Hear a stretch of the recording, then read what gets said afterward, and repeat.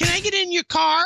Adam Curry, John C. Dvorak. It's Sunday, July 28th, 2019. This is your award-winning Gizmo Nation Media Assassination episode 1159. This is No Agenda. Jacking straight into your brainstem and broadcasting live from the frontier of Austin, Texas, capital of the Drone Star State. In the morning, everybody. I'm Adam Curry. And from northern Silicon Valley, where the 6-week cycle is alive and dead, I'm John C. Dvorak. It's Crackpot and Buzzkill in the morning. Oh. Are you tracking another 6-week cycle? Yeah. Another dud. Well, let's explain briefly the 6-week cycle. Well, you have the best explanation. It's a methodology that the FBI was alleged to be using during the Comey era. Yes. To keep their name, their brand name in the public eye, that they're doing this great service by finding dopes who are supposed to blow up banks. And every 6 weeks, which seemed to be the cycle, we were told by someone who's in the know that they, and also to preserve budgets, etc. And so what you do is you jack somebody up, you put a CI, a confidential informant on him or her, him usually. You tell him he's going to be great. Jihad is great. You give him some phony, baloney bombs. You give him a keypad that does nothing, and then you bust him. And then you make a big scene about the bust, and then the timer starts all over again. But it kind of stopped after Comey left. Well, it looks like it may have or may not have. It depends. It's just whoever was doing publicity during the Comey era was good. The head of PR. Yeah. That guy or gal, to use the pejorative, that person left, I believe, or something, because they still do these things every so often. It gets maybe one network will pick it up. Maybe nobody cares. Here's what I envision. Here's what I envision. Comey left, and there was a transition document. You know, it's what you do when you leave. You type up the doc. And it's like, okay, here's how we do the 6-week cycle. And they're going through the checklist. But they're just doing a checklist, so you're never going to get the professionalism of the person who was doing it originally. Yeah, exactly. Well, this reminds me of all companies. I noticed this in Silicon Valley. They'll have one or two real go-to people that kind of hold some little department together, but they do it in such a way that it's not really easy to document. And so when there's any sort of cutback, and there was a person at Apple that used to service the media and who just got fired because what does this guy do? I don't know. And there was this similar type person up at Microsoft. They got fired. Yeah. Because when they do, they get the checklist. When they go, what does this guy do? I do anything, from what I can tell. There was a guy named Daniel Paul at Apple, and he ran a program. Now I'm talking the days of the Apple II. So this is before, before the like this is OS. No, this is before OS. Whatever. This is Apple II. It was and his job was to supply as a loan. Hardware to people in the media. And I had that thing for years and years. And then he called me up. He said, well, I'm leaving and you're going to have to send it back. And that was it. I never saw another program like that within Apple again. At least I was never approached. This happens in all these companies. Yeah.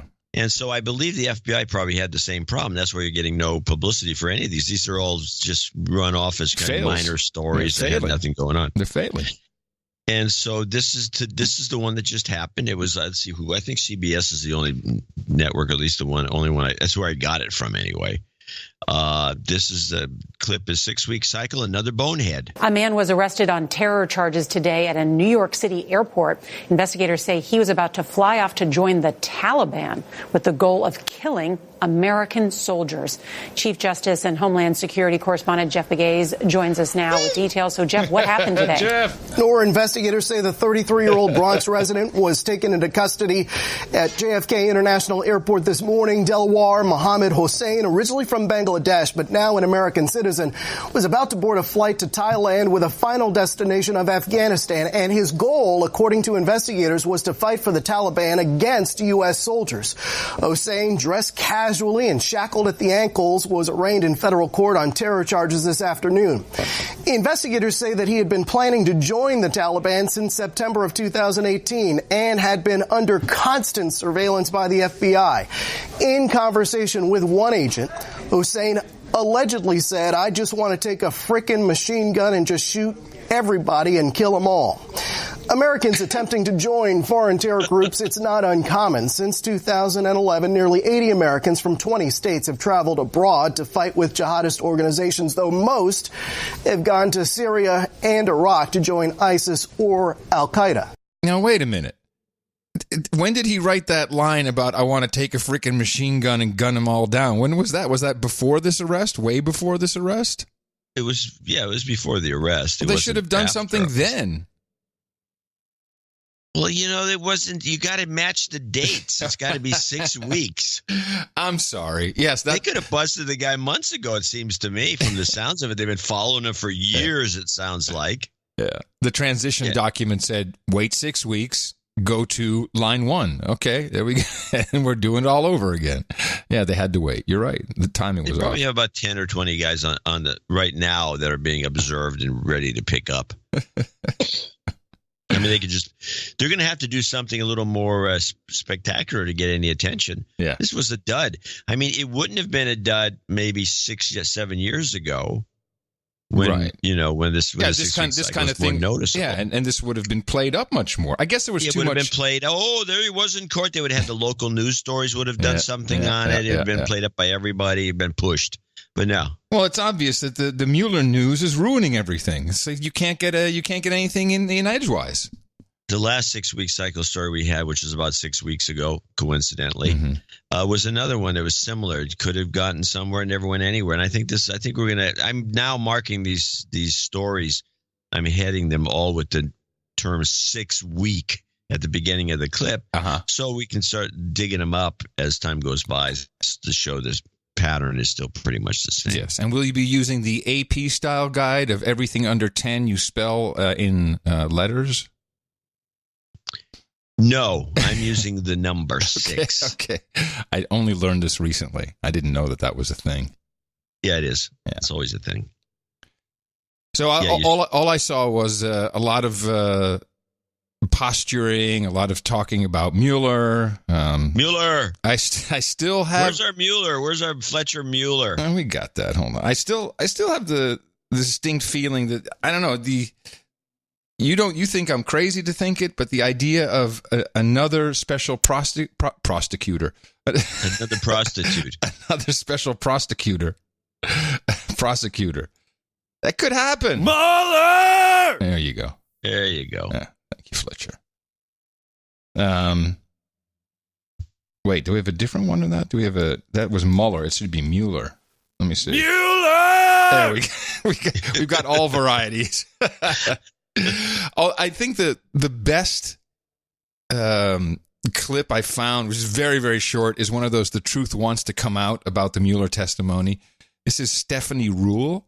She's a former Goldman Sachs banker, and she has been on MS. Yes, Goldman Sachs doomed. You heard it here. She's been on MSNBC in the midday slot with Ali Velshi, so their show is called Velshi and Ruhle. Oh, well, I watch this stuff all day. I watch MSNBC. I watch CNN. I do it for the show. Come on. I mean, you watch Democracy Now. Sedated. Well, there's the flower. Yes. So Stephanie Ruhle starts off, and I thought this was The Truth Wants to Come Out, and it was there. Democrats strategizing their next move after Robert Mueller's testimony, while the political. Did you hear it? Testimony. Yes. Democrats strategizing their next move after Robert Mueller's testimony. I love that one. Yeah, that's a gem. Testimony. Truth wants to come out. They just can't help themselves, can they? But there was a lot of nutty stuff going on. What did you get anything from the mainstream? Anything M5M funny about Mueller or Trump or whatever? I actually kind of skipped the whole Mueller thing for today's show. No, I got a couple things. Hold on. Well, maybe I have some. Let me look down the list. Well, I have. Okay, this was Mike Huckabee trying to be funny. I think it was kind of lame. Well, what I would say is after watching the Bob Mueller show the other night, the Democrats thought they were going to put a movie to what was the book, the published report, but the movie turned out to be Weekend at Bernie's, and it didn't turn out well for the Democrats. It was all right. You know, it was okay. But Joe DeGenoa, you know, I love getting clips from Judge Joe. From Mumbling Joe. He was a U.S. attorney, and I guess he and his wife have a law firm together. They don't use the same last name, but they're always appearing together on Fox Business News, and they're all buddy-buddy. And by the way, Joe DeGenoa, I've found, has a very interesting past, which also connects to Roy Cohn and Epstein. You know, he's no fresh newbie in the game.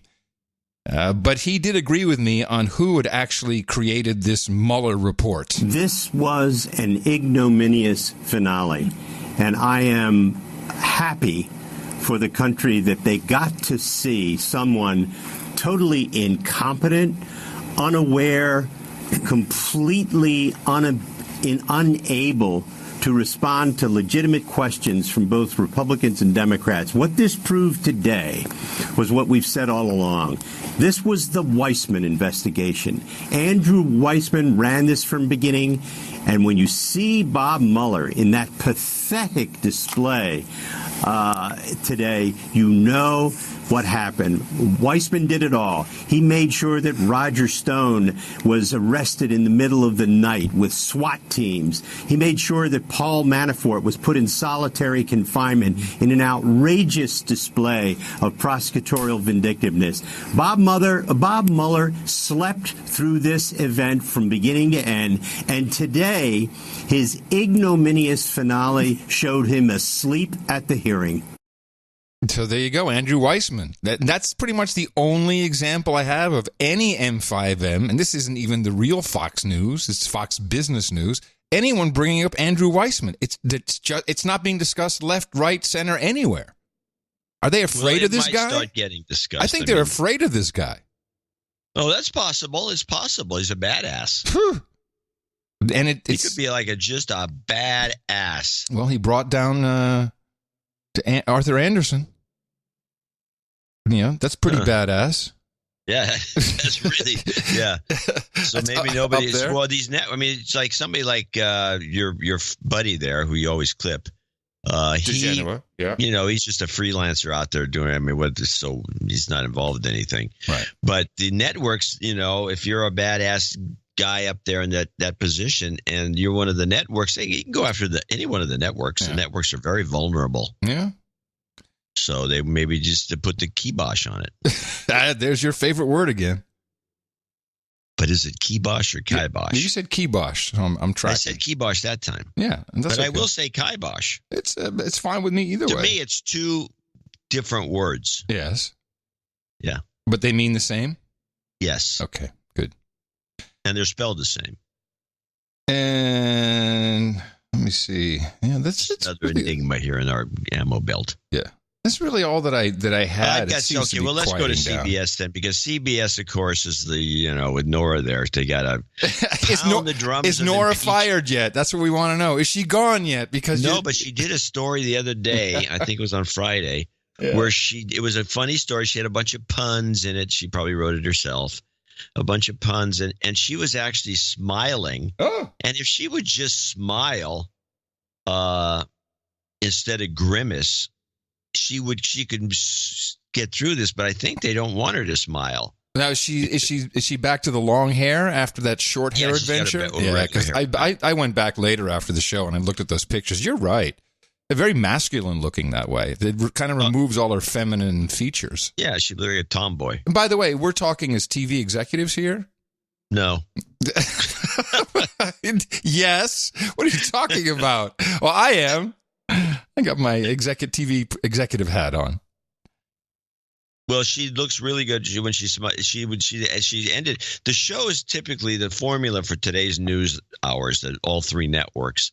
And I don't understand why Fox doesn't put its news show on the Fox affiliates out there. There's tons of them. They got nothing else going on. I mean, our poor local Fox KTVU, they have news at 4, news at 5, news at 6, they got too much news. Yeah. They could drop a half hour Fox with Brett Baer, who's a very good-looking guy who's perfect for doing a news hour. They could put a Brett Baer in there to do just do a competing news hour to everybody else's news hour on the broadcast networks. Yes, they are a network. They do compete on a network basis with the other three guys. In fact, they beat NBC most of the time. But isn't that now Disney property and Fox News is a different company? No. The Fox broadcasting part of it is still Fox. Okay.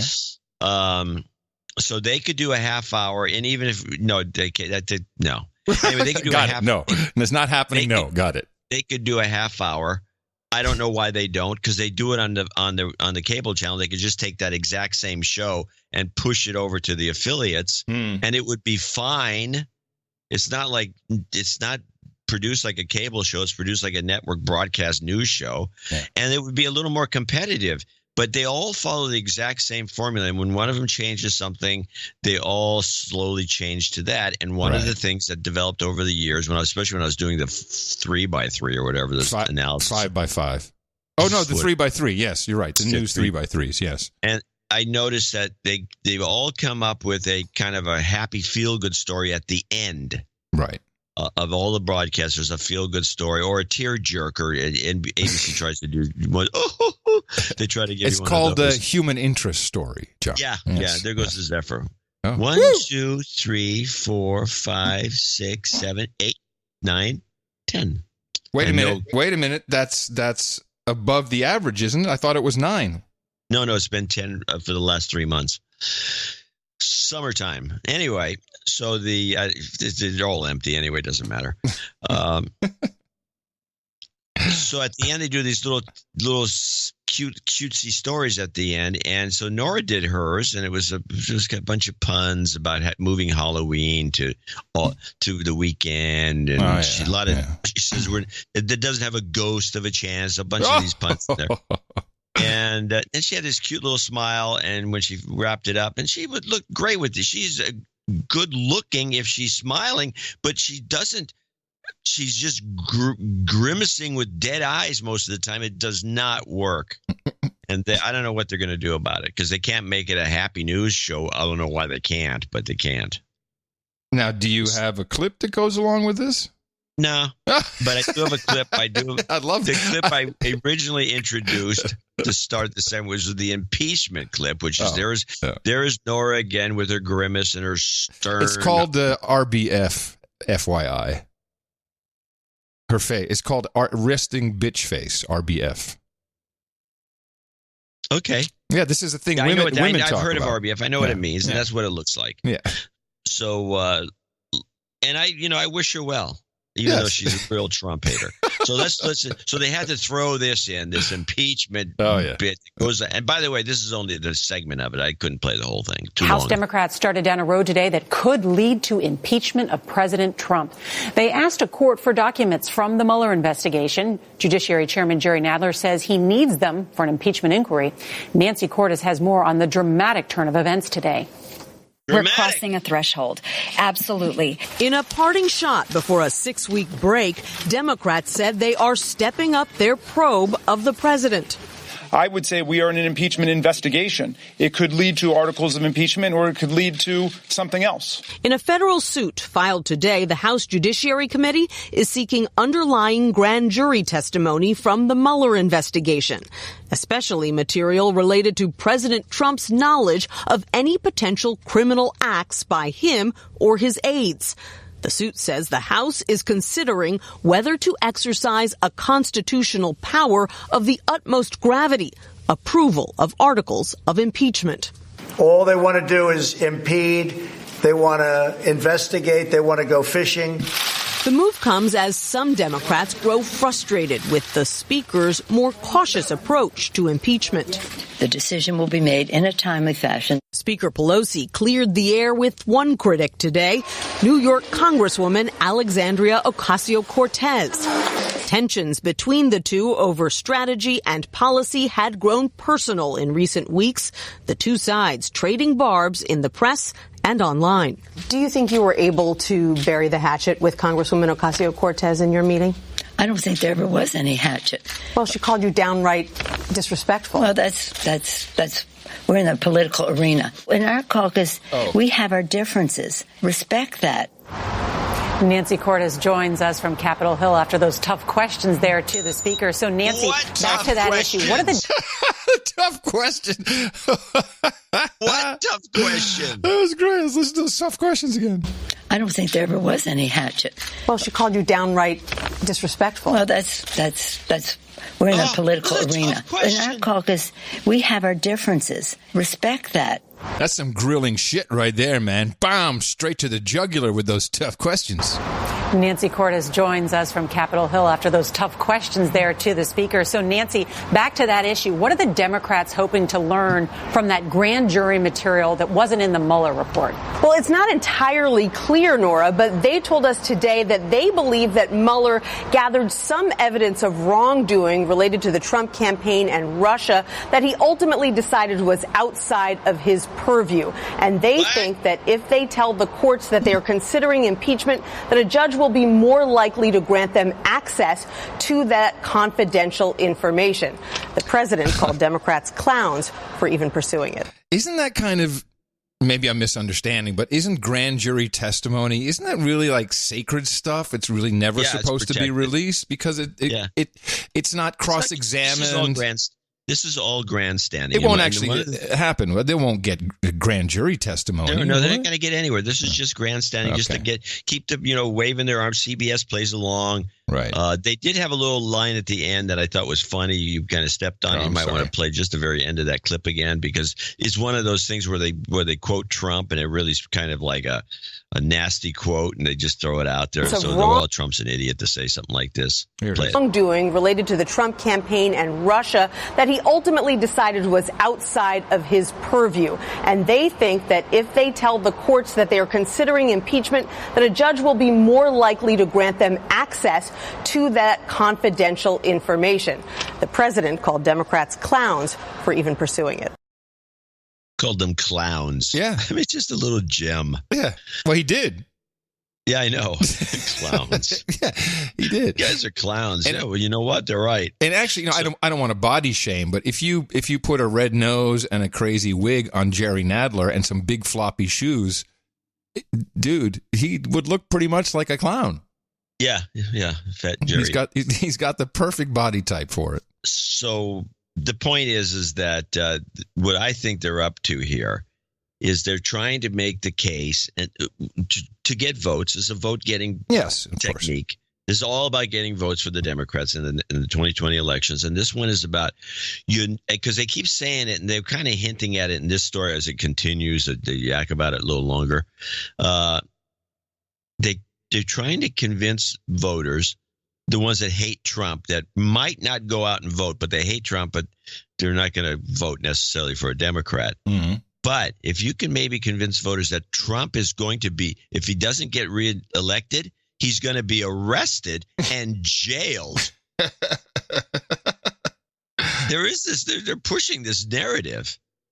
Well, and for obstruction of justice, he's going to be if it wasn't for the fact that he's a president, he would have been arrested and jailed already. Yeah, even though Mueller, because it comes from the hearing, they've twisted this around. I couldn't even bring myself to clip it.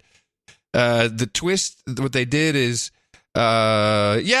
clearly, if he was a citizen, he would have been arrested, which is the thing they repeated over and over and over in the hearing, to which Mueller always said, no, I wouldn't characterize it like that. He actually had to start the second hearing by literally correcting a bad answer he'd given to Ted Lieu by saying, just so you know, he did not get I did not indict him because it's not allowed by the Office of Legal Counsel. He specifically stated it. But somewhere someone asked the question, if he were a citizen, private citizen, he probably would have been indicted. Yes, of course. So it's like they're just twisting it around. How many times I heard someone say, some talking head say, well, Bob Mueller really outlined all of the cases of obstruction of justice. I said, no, he didn't. Every Democrat outlined it, and he went, not in my purview. It's just complete crap. Anyone who saw that hearing knows that they're just lying now. They're just lying. And by the way, so is Fox News. They're lying about other things. And everybody it's all lies, disgusting. but the Democrats have always been high and mighty about it. But until now, play this clip. This is Danny Deutz and what the Democrats are going to do now. Danny Deutz is the used to be advertising guy who's on Morning Joe's? Yeah, now he's a major pundit, a political pundit somehow. Okay. We are at war. It is time for the Democrats to wake up. We are playing against cheaters and liars or stealers, and with all due respect to Michelle Obama, when they go high, when they go low, we got to do whatever we have to do. I love an advertising guy who can't get the slogan right, idiot. I love it. Yeah. When they go high, when they go low, we got to do whatever we have to do. We actually have a government led by Moscovich and criminal Trump. Oh, by the way, we're going to call him unindicted criminal Trump now because in 2 instances, he has been an unindicted criminal. So I know in regular, when you're playing fair, you're supposed to call him President Trump. Just like we're going to call him Moscovich, we're going to call him criminal Trump. Now, again, and for an advertising guy, does he not understand that these things really work better with alliteration and to say, oh, I've got a new nickname. It's called Criminal Trump. Wow, man. Gee, I should hire you for my next campaign, dick. Criminal Trump. That's stupid. And another message for the Democrats. By the way, stop. Moscow Mitch isn't bad. Well, I have a Moscow Mitch thing. I think it's from the same segment, but we'll play that after okay. Donnie douche. Call him Moscow Mitch. We're going to call him criminal Trump. And another message for the Democrats. It is time to move forward. There are 2 takeaways from Mueller that we're going to use as we go to war. Number 1, the president broke the law, and when he's out of office, he can go and will go to jail. And number 2, we are vulnerable with our election systems. That's our 2 things. We may not have won the battle of impeachment, but we're going to win the war of putting him in jail, whatever we have to do. And we're not going to necessarily play fair. And for all the intellectuals out there whose hair is going to go on fire, but we're becoming like them, we cannot lose the next election. We will go back 50 years. So I got the segment before Donnie Deutz came on and said this, and this was Joe Scarborough with Morning Joe with Mika, although Mika didn't get a word in edgewise.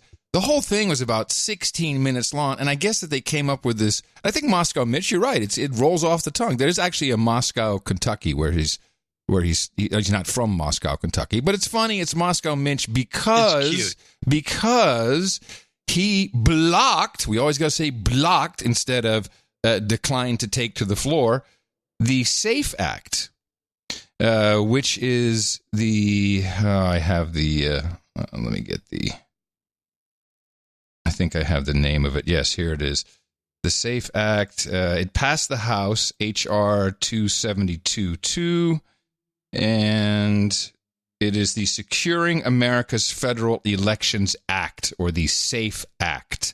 And instead of just requiring, voter ID, there's this huge bill that has all kinds of stipulations as to how the voting machine should run, how it's supposed to work. And I think there's actually a lot of really valid stuff in there with the paper trail.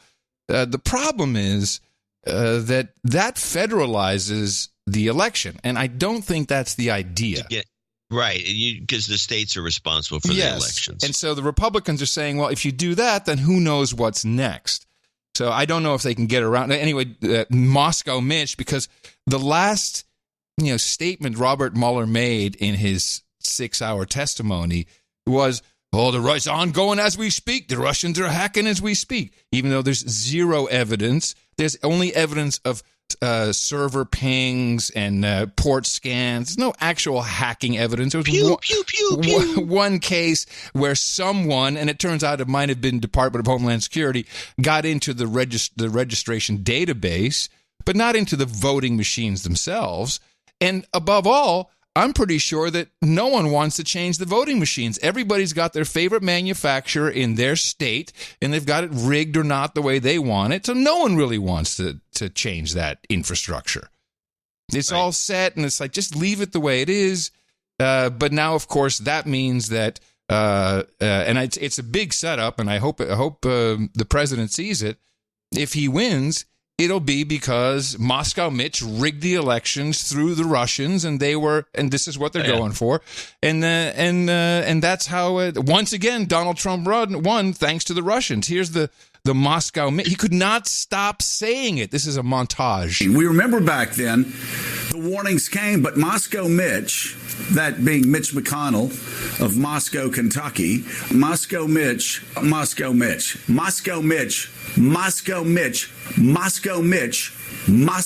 said, it's a hoax. Moscow Mitch calls it a hoax.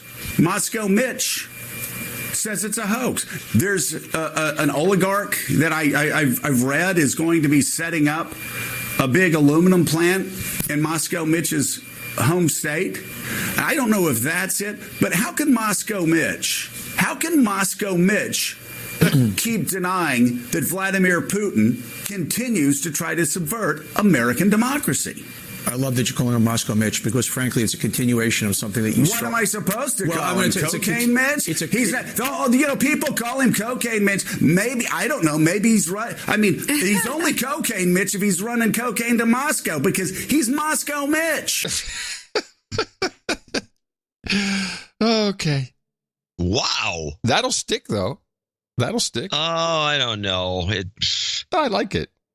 It's not that interesting. I mean, the thing with criminal Trump, it's like a takeoff of crooked Hillary. Yeah, it's no good. That's going to stick. But the problem, there's a liability issue here with slander, which is you can't call somebody I believe, I could be wrong. I think you can call I think you can call him crooked, but you can't call him a criminal because a criminal is a result of a legal action that was taken and they were found guilty of a crime. Right. You can't call someone a criminal without running into slander and libel issues. And he's doing it just openly and could find it. I don't know what this status. I think maybe with the president, because he's such a public figure, you can get away with it. I think so. It's skating a little bit on. He doesn't know what he's doing, that, to put it mildly. No. So, we've been looking at I don't know if you were, after we talked Thursday, if you saw any of those videos in Brooklyn of the residents of that Brooklyn neighborhood pouring water on the cops. No. So you still haven't seen that, huh? No. Okay. But anyway, it was happening, and it's happening multiple times. And over the weekend, in that very same neighborhood, there was a block party, this is not just some, casual block party. It's been going on for over 50 years. But it's in this neighborhood, and lots of people come to this block party, and there was a shooting, 11 injured, 1 dead, another one possibly might die.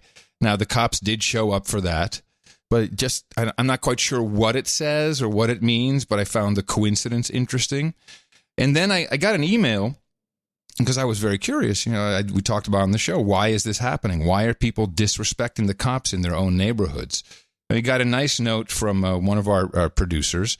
Adam John, I'm a producer, devoted listener. Thanks for the great material. My husband is a retired NYPD police officer. I wanted to share his thoughts on the water dumping on cops phenomenon. Now, my husband retired right at the beginning of de Blasio's term, and he was going to stay another 5 years, but de Blasio had already made the job difficult. They were starting to face people throwing batteries, bottles at Black Lives Matter protests, which he had to work at often. When he and his retired buddies saw those videos this week, they were shocked. They could not believe, what they could not believe is the officers' reaction or lack of reaction. They couldn't believe that these officers did not defend themselves. They all agreed that when they were working, they would have reacted very differently in this situation and might have definitely got a handle on it. In my husband's opinion, these last 5 years have destroyed the morale of the New York Police Department rank and file, where they almost have internalized the guilt and hatred and do not know how to handle these situations anymore. De Blasio and the media have completely neutered them. Now, my husband's a 9/11 first responder and finds it peculiar how the NYPD went from being loved and adored by the public, and he worked in an area where a lot of liberals and even liberal celebrities lived in the aftermath of 9/11, to completely despised a mere 10 years later. And by the way, as you can imagine, he worked in a precinct that was extremely diverse. Many black cops, female cops, Hispanic cops, and especially gay cops worked with him since his precinct was Greenwich Village. He always had a female boss. In fact, white males were the minority, but you'd never hear that in the media. Anyway, just some boots on the ground info for you. So I thought that was an interesting backgrounder from someone who has boots on the ground and standing in the case. And then I called Mo. I called producer Mo, and I said, Mo, Mo's our American descendant of slavery, my only black friend. I said, Mo, what is going on? What is happening here? He says, and it kind of blew me away when he says this. Oh, so, no, this is being provoked, and it's done on purpose. And I said, uh-huh. He says, yes, the idea is to federalize the American police. And when he said that, I'm like, oh, of course, this was a big conspiracy theory when Obama was in office. He was talking about having a force, bigger than the army, and they would be on the streets. And this is something we discussed on the show in some detail, and then it never materialized. But it was always some sort of a weird threat, and we always thought that maybe he had other initiatives that were maybe fronts for the same idea, but the idea never went anywhere. Well, the idea seems to be rekindling, and you'll recall that Trump was talking about sending the National Guard into Chicago because things were so out of control. This is just in the past couple months. And the leadership of Chicago said, no, we might take blue helmets from the United Nations, but not the National Guard, which is odd on both counts. One, that he would want the National Guard in, but two, that Chicago would want the blue helmets, an international police force. So you kind of start to think about it. Big article in The Guardian just yesterday. Every state in the U.S. fails to comply with international standards on the lethal use of force by law enforcement officers, according to a report by Amnesty International, of course, which says 13 U.S. states fall beneath even lower legal standards enshrined in U.S. constitutional law, and that 9 states currently have no laws at all to deal with the issue. And this article pretty much advocates for a federalized police force. And here's the sad thing. I believe Trump is all on board on this. I think he actually wants this. He announced his plan to federalize American police departments. Under the plan, city and state police departments would fall under the umbrella of the Department of Homeland Security and would therefore be granted broad authorities to enforce law. Quote, they're going to receive the best weapons, training, and resources this country has to offer. We're going to put an end to jurisdictional restrictions and increase police capabilities in terms of surveillance and use of deadly force. So I think he's all in on this idea, even though I would say this is a typical Soros sisters, get all the district attorneys to buy into this and turn their police departments into, federalized law enforcement arms of the federal government. Yeah, national government. Yeah. That's what falls into that thinking? Mm-hmm. The real ID. Oh, totally. And that's implemented everywhere. It's unstoppable. Well, Papers, please. Show me your Ausweis. You don't need a real ID if you have a passport. Mm. But it's part of the real ID system of documents. Yeah, I'm just saying. It's got a chip. It's got everything. It's a beautiful little thing you're carrying around there. And fine. But anyway. Carried in aluminum foil. I think that there's something to this. And maybe Black Lives Matter was also a part of it. It could all be a part of getting a federalized police force in place. And I'm pretty sure that's a bad idea. You think? Yeah. Yeah. And if Trump's all in on it, that's not good. No. Well, Trump sometimes doesn't know. Nah, you can't apologize for what he's saying there. I'm sorry. No, I'm just saying he's in many ways he's not a globalist per se, but he's susceptible to the same propaganda that everybody else is that doesn't listen to the No Agenda show. Oh, there you go. If Someone Trump get him to listen. Our show, this would not be happening. Of course not. He's not listening to our show. Of course not. Why would he? Or he's certainly not donating, douche. He's got the money. Yes. Or does he? Yeah, oh, there you go. And maybe we can flow right into the shitholes commentary. This is probably more under the heading of the 2020 elections, or maybe not. I don't know. Trump made a big swipe at Baltimore to get it. Racist swipe somehow. Well, yes. Somehow. No. It's been deconstructed by CNN. Oh, I like to hear it because I couldn't figure out where the racist part came in, except for the fact that somebody's black.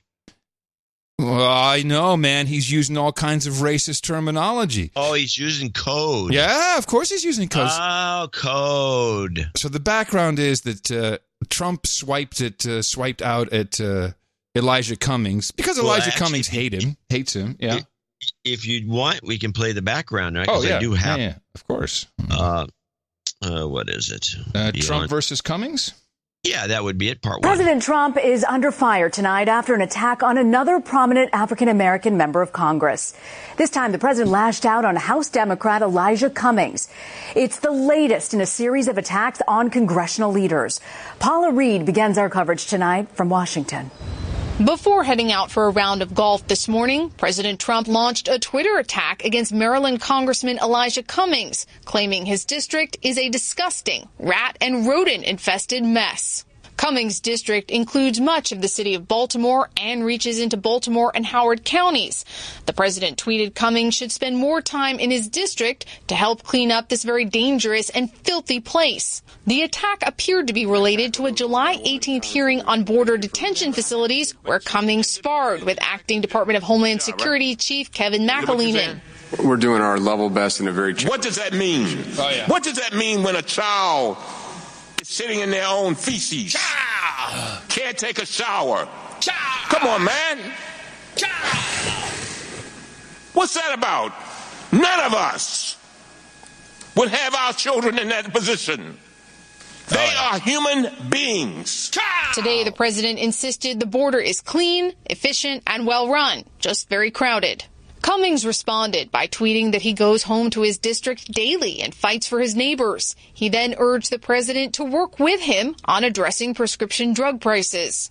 Baltimore is ranked as one of the most violent cities in the U.S., but the president's language today mirrored his previous attack against the so-called squad of 4 minority congresswomen, where he asked, why don't they go back and help fix the totally broken and crime-infested places from which they came? House Speaker Nancy Pelosi defended Cummings, tweeting, we all reject racist attacks against him and support his steadfast leadership. Racist! I think there was a second part of this. Is there a second Yes, there is. There is. Paul, any sense as to why Let's see what he says. He's launching this attack now? Arena, clearly he wants to draw attention to the struggles of a democratically controlled district. But by tweeting about Baltimore, he's distracting from 2 notable accomplishments he had yesterday. First, the Supreme Court told him he could begin using Pentagon funds for construction of a border wall, and he struck a deal with Guatemala that may help stem the flow of migrants over the southern border. As he's returning from his Virginia Golf Club tonight, he's also been tweeting about Antifa, the wall, and the Mueller investigation. Wow, that was really interesting. They reversed it. And I know, yes. That was fantastic. So they reversed saying, he's distracting from these wins that he had. What? What station was that? That was CBS, and the way it works. Fire them. No, I don't think. I think you're wrong. Oh, I think the way it works is the following: you have to put yourself in the other dimension, at least for a split second, without going there. All right. It goes like this: this guy is so stupid that when he actually has a good thing happen for him, he doesn't care because he's such a racist. Yeah. Okay. Yes. But meanwhile, they just gave some information a lot of people don't know, which has been very underreported about the court case. Oh, before they can say they reported it, by the way, right there. Yes, they can. And before I play the CNN explanation of why it's racist, another boots on the ground from producer living in Baltimore, Maryland. I love our producers. In light of some of the comments President Trump made the other day regarding the city, I wanted to share some of my experiences and thoughts on this. First and foremost, in a way, I agree with the president. While his comments were dramatic, as they usually are, Baltimore has unfortunately become yet another one of the United States' most terrible cities. There's a lot to unpack as to why, from the corrupt leadership to the extreme liberal policies of coddling, and yes, of course, our rampant drug problem. The community in which I live with my wife and kid is almost a perfect little place, just on the outskirts of the city proper, yet we have a continuous influx of major violence over the past year alone. 4 separate incidents of residents being held up at gunpoint since this summer. My house being broken into while we were home. Damn, you know it's getting bad. A continuing occurrence of drug dealing. You get the point. It is such that my wife and I are no longer comfortable walking down the street. I often don't sleep well during the warmer months, but probably due to some form of PTSD from the break-in. I can understand that. One of my biggest frustrations is that my neighbors don't seem to mind the violence. They complain when it happens, but then their liberalism or something else takes over and they decide it's not that bad, or since it didn't happen to them, it's not a problem. A lot more to unpack. If you wouldn't mind, I'd love to send you a series of small write-ups about what I'm seeing here. Of course, we love that. Also, if I sound frustrated, it's because I am frustrated and angry. A name withheld for work reasons. So it's probably on par with many other cities currently. Austin is on its way. Nice little tweet war we had going on there. You trying to send bums and hobos to Austin? No. Well, you're the one that encouraged it. If anyone didn't miss this, it was pretty good. I said I was going through my archives and I found some old pictures of Austin from 1999. It looked like terrible, terrible place. And we knew what you were saying with that. Going to, before you jumped in, I was going to say, look how much it's improved in the next series of tweets. Bullshit. No, you jump in. The white man lie. You speak with forked tongue. I don't believe it for a second. You jump in before I had the chance. You jump in and show San Francisco today being a hellhole. Yes. And that then it dawned on me, you're right. Yes. San Francisco is a hellhole, and Austin's beautiful. Homeless people, go to Austin.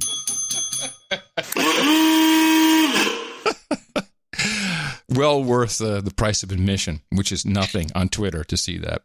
So here is CNN. Now, of course, you have to be a black guy on CNN in order to explain this. And this is, I don't know who this guy is. It's a midday host, but maybe it's just on the weekends. You see, we're missing the code words in what the president is saying. This morning, the president attacked another member of Congress on Twitter. This time, it's House Oversight Committee Chairman Elijah Cummings. He wrote this: Cummings' district is a disgusting, rat and rodent-infested mess. If he spent more time in Baltimore, maybe he could help clean up this very dangerous and filthy place. No human being would want to live there. Infested. That's usually reserved for references to rodents and insects, but we've seen the president invoke infestation to criticize lawmakers before. You see a pattern here? Just 2 weeks ago, President Trump attacked 4 minority congresswomen. Why don't they go back to the totally broken and crime-infested places from which they came?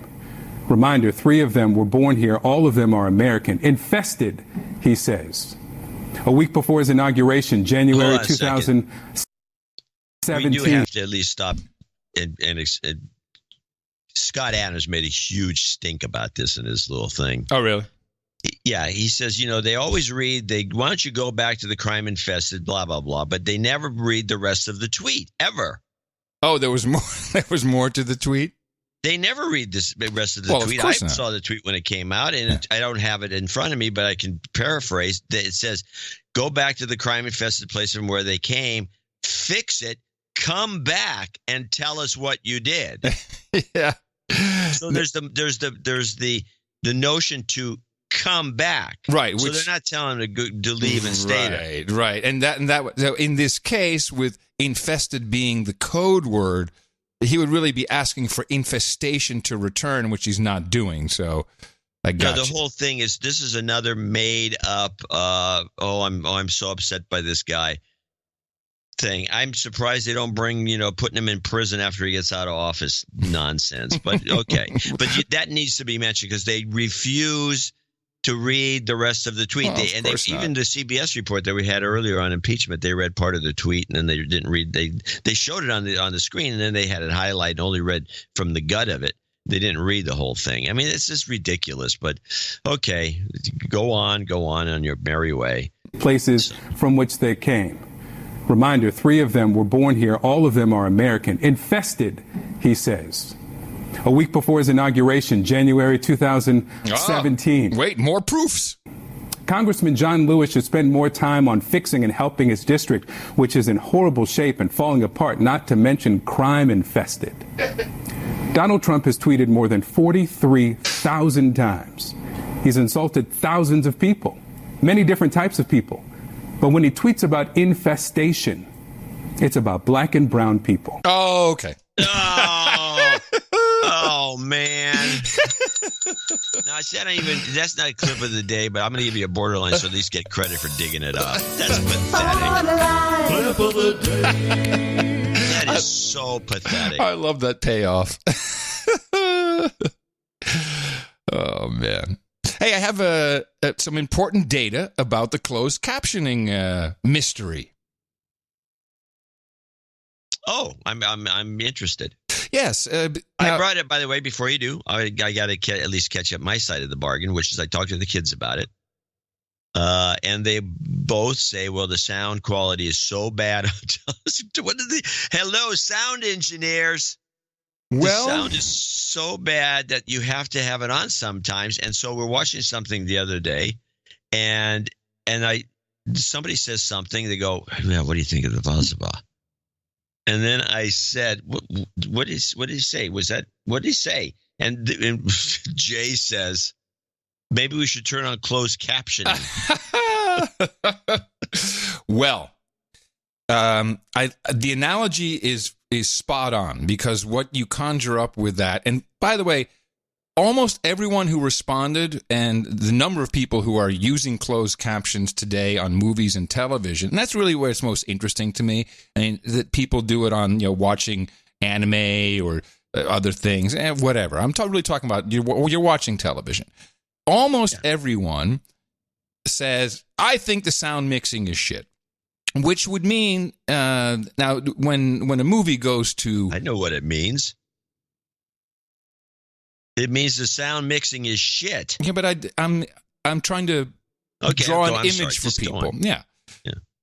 When the sound is being mixed, you have, imagine a big mixer and there's all your sound effects and your music and your dialogue.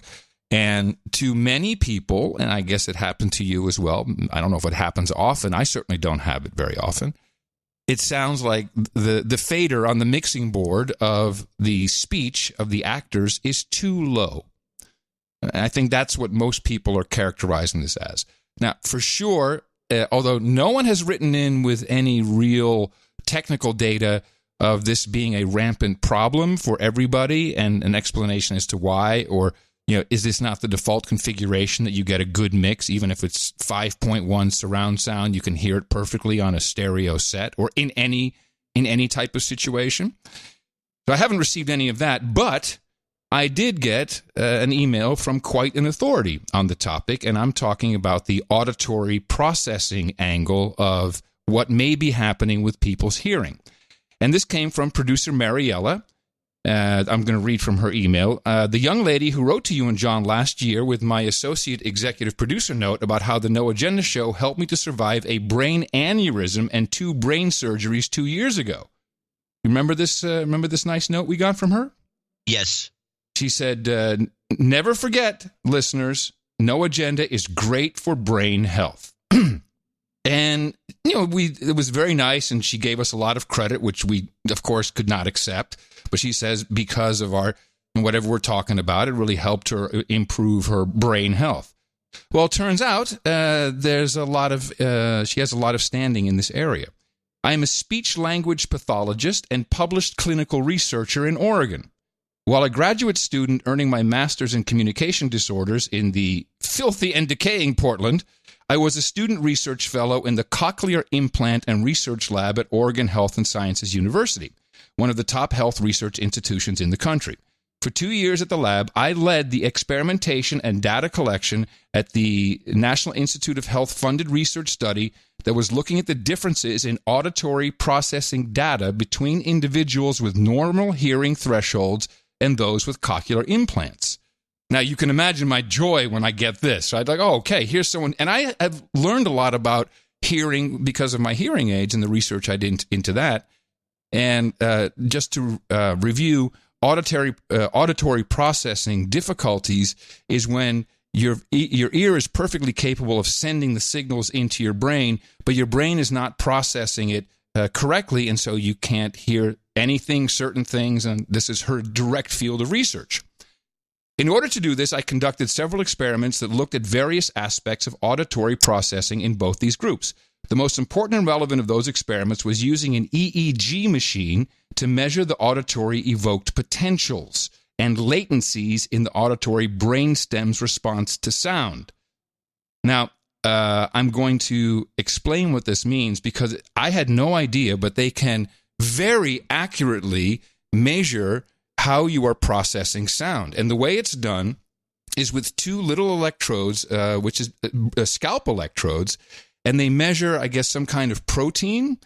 And this is where it gets completely nuts.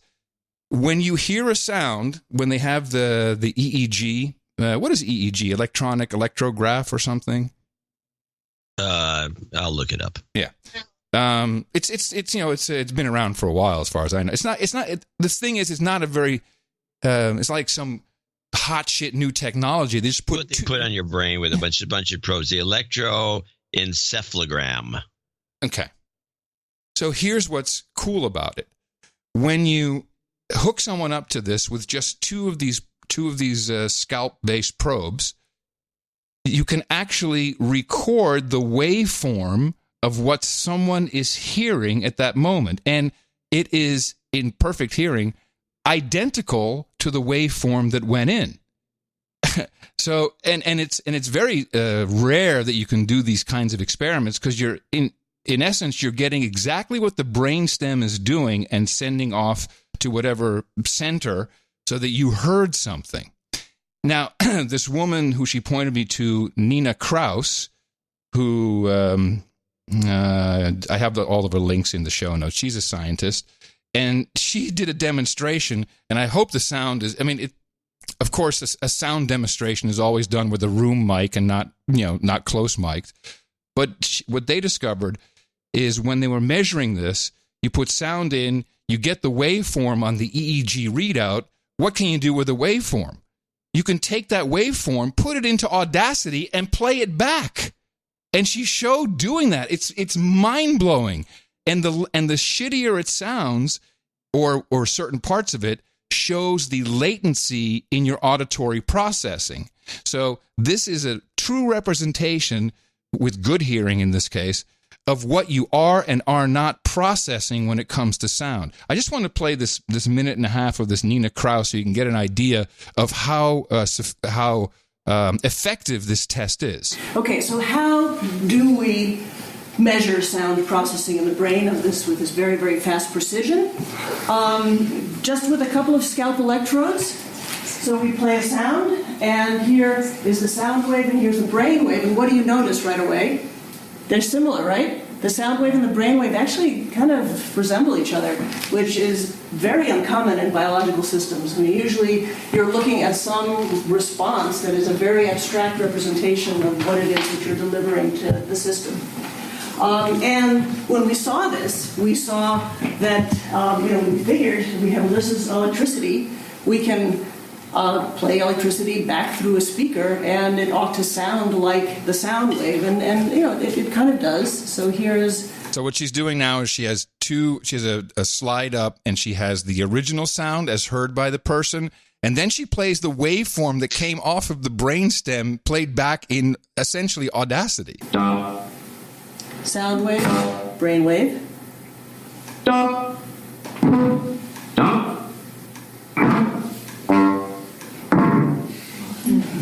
scale and the brain's response to the scale.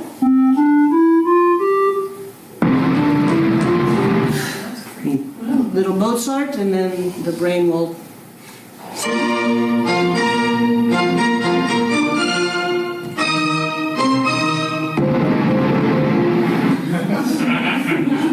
And my favorite.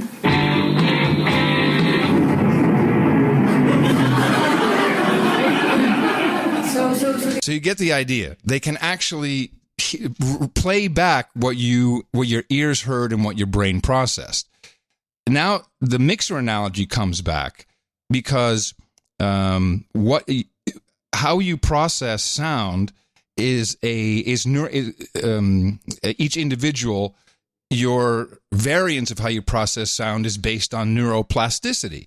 You know, if you don't use it, you lose it type thing. Or if you're multilingual, like I am, you can process accents much better. So it's all just, how your brain has been trained and what pathways you've created. So the point is, as Mariella says, we can definitely measure in science just how accurate the brainstem is processing language, giving us insight into the health of one's auditory processing ability, for which we have normative data.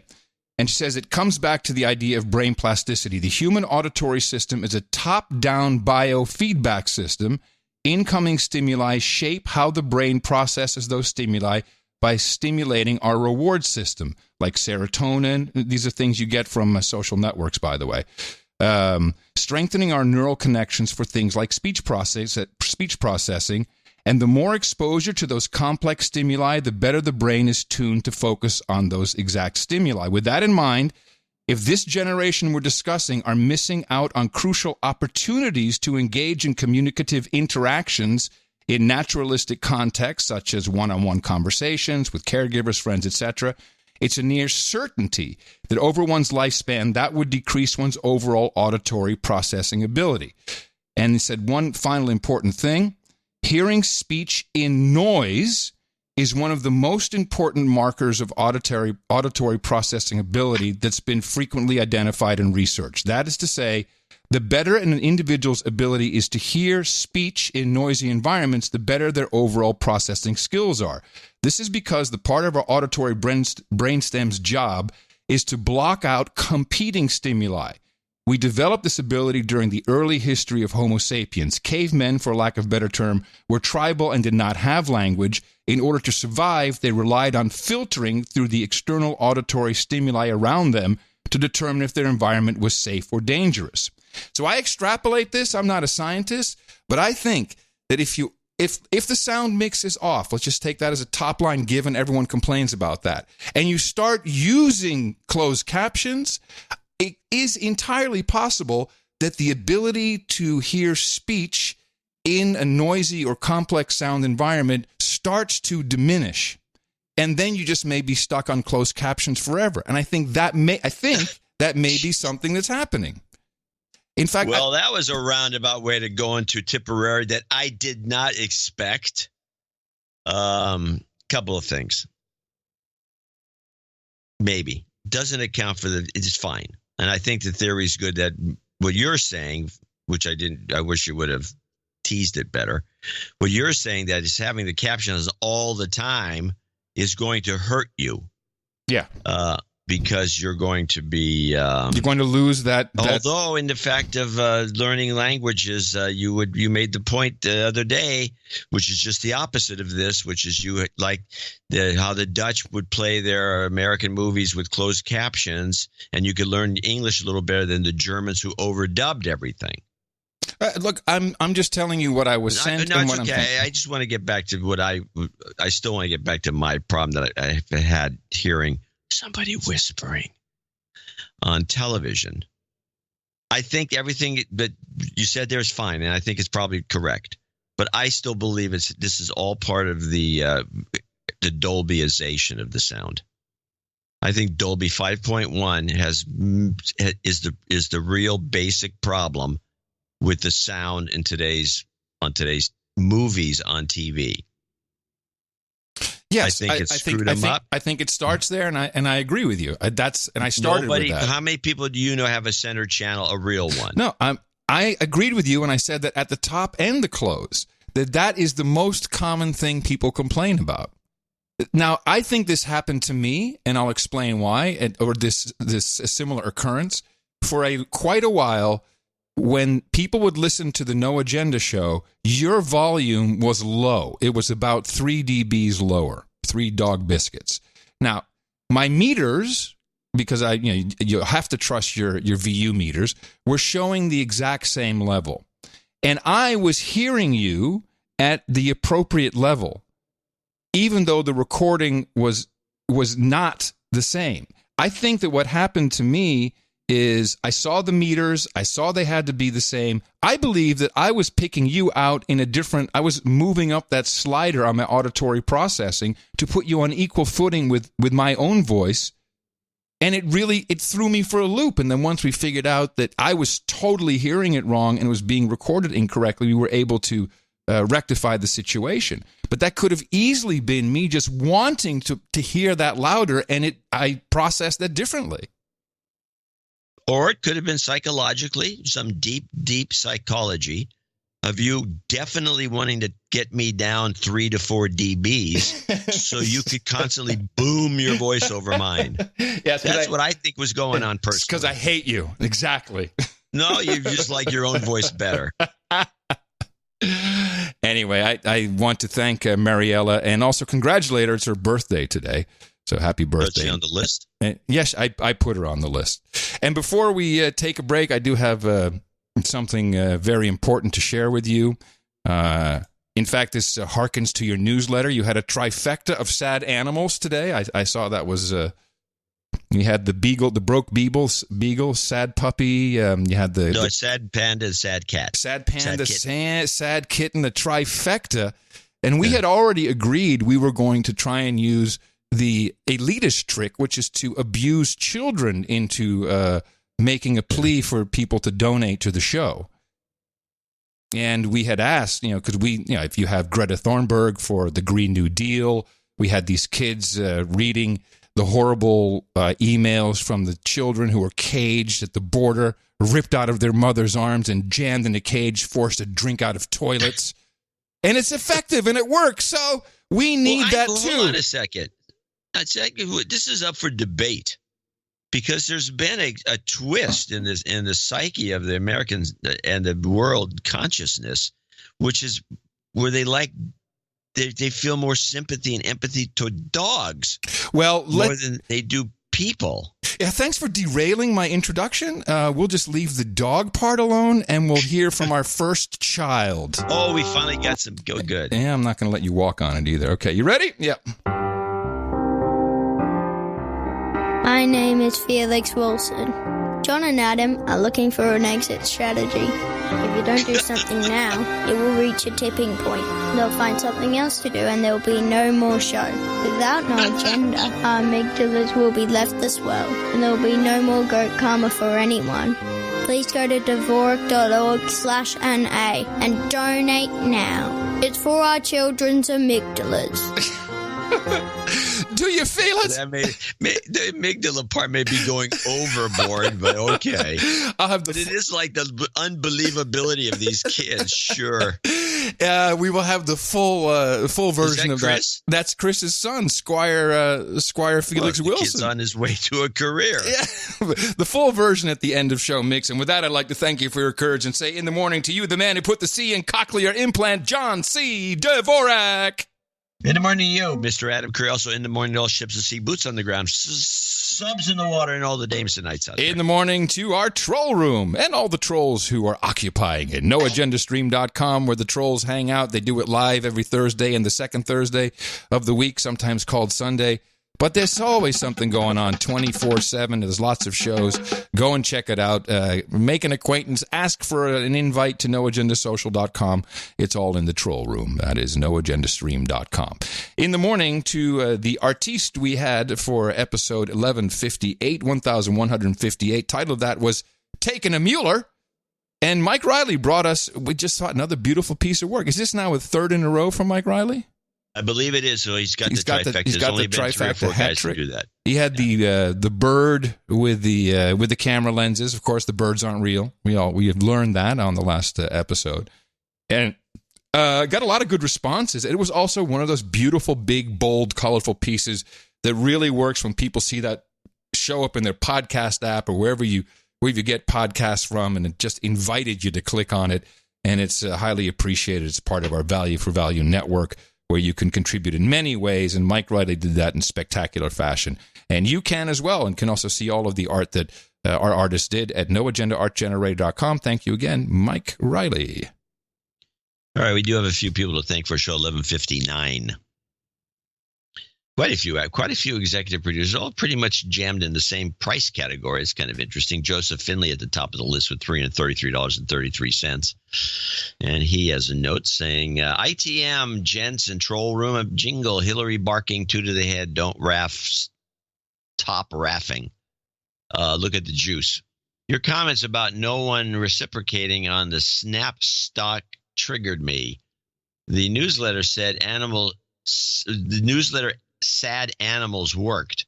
I have made over $2,000 based on your tip thus far. There we go. Since then, I've donated 33% of the first $1,000 2 shows ago. Now I will donate another 33%. The value for value works, folks. Chip in. I love John, that. In your opinion, what's the ceiling on Snap? I don't do that. We don't give without a big disclaimer. And we don't do stock tips. We just notice stuff. Tips. You have to pull the stock tips. You can figure it out. Yeah, we don't do that. Or DvorakHorowitz.com. I would go to Yahoo Finance, look at Snap, and go down into the buy sell recommendations.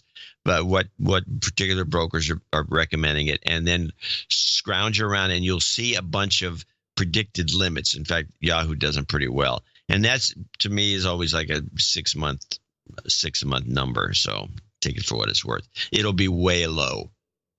Anyway, if it continues to build in value, perhaps this is my exit strategy to begin a no agenda compound in Arizona that blitzed, and I discussed in the troll room. There's a guy blitzed? Yeah, sure there is. I blitzed. I'll have to stay out of HAG's crosshairs, unlike that other compound. Thanks again for all the deconstruction and such. All right. Don't laugh. Why you are laughing? Shut up. Oh my gosh. Can you see that juice? You've got karma. And we should mention that Joseph Finley is Baron Walkman. Yes, he is. Yes, he is. And thank you, Baron Walkman, for your support of the program. Sir Kevin McLaughlin in Locust, North Carolina, came in with the exact same amount, $333.33, but somehow he became the second guy. Cancer karma for my uncle Huey Willett of Locust, North Carolina. Plus General Goat health karma for the amygdala shrinkage. Title changed to Earl of Luna or Earl of the Moon, whichever sounds more grandiose. I'd like Luna, personally. I think so. Luna's better. Yeah. John and Adam, your opinion matters below. Thank you. God bless the No Agenda Nation.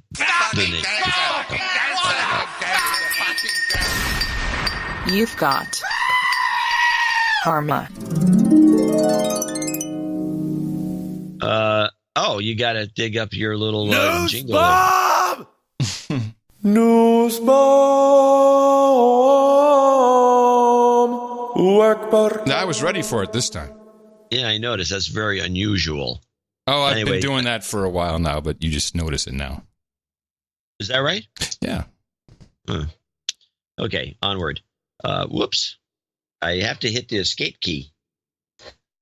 Windows 10 will sometimes just minimizes everything and then puts everything up on the screen. No, I don't have that. How does it do that? It'll happen. Oh, you're hitting that timeline thing is what you're doing probably. Archduke Nussbaum, 31415 from Virginia Beach, Virginia. ITM, Adam and JCD. I'm at a halfway point of a 10-day stint on Cipro. Woo! Wait a minute. Isn't that if you have a bladder infection? Maybe. And you can also take Cipro if there's some kind of radiation, I think. Isn't that what they say? You're asking I'm not a doctor. We've talked about this. You are a doctor. I don't remember any of this. Oh, okay. Sorry, anthrax. It's for anthrax. I'm sorry. Cipro combats anthrax. Cipro. Yeah, I vaguely remember Cipro and anthrax. Sorry, I didn't do definitely not radiation. That's iodides. Yes, no, it's anthrax. You can get those from the Seed Man. Sorry, I didn't respond fast enough when the backup was called for on Thursday. He's just writing in to apologize. Yeah, well, that's very kind, and I did want to add to that after the show, 6 people had recorded the live stream. And it blew me away because usually he wasn't there, Martin JJ, and he usually has a backup. And I think there were probably more, and I really appreciate people who do that. I think they're also doing it just to record all of our banter and stuff before the show. And I want to have some exclusive material. And people like that. Maybe. They like that. Maybe. Anyway, it's nice to know. And thank you, Archduke Nussbaum, for having a recording going, and also, of course, for your support of the show. Next on the list for $300 is Sean Klunk. And Sean didn't write. I looked for his note. I do have a note from him from 2014, but I don't have any note for this $300 donation. It didn't come through on PayPal if it was there. So sorry, Sean, if you have anything, you have the right to a long message, so send it in. We will read it eventually. Tim of Omaha, Anonymous of Omaha, $266.84. JCD has note. All right. JCD must have the note. I have a bunch of notes, unfortunately. No, we love the notes. Here's one this is the one from Tim. It's a little small typewritten note. I have to put my glasses on to read it. Your segment on social deplatforming in episode 1151 was excellent in all respects.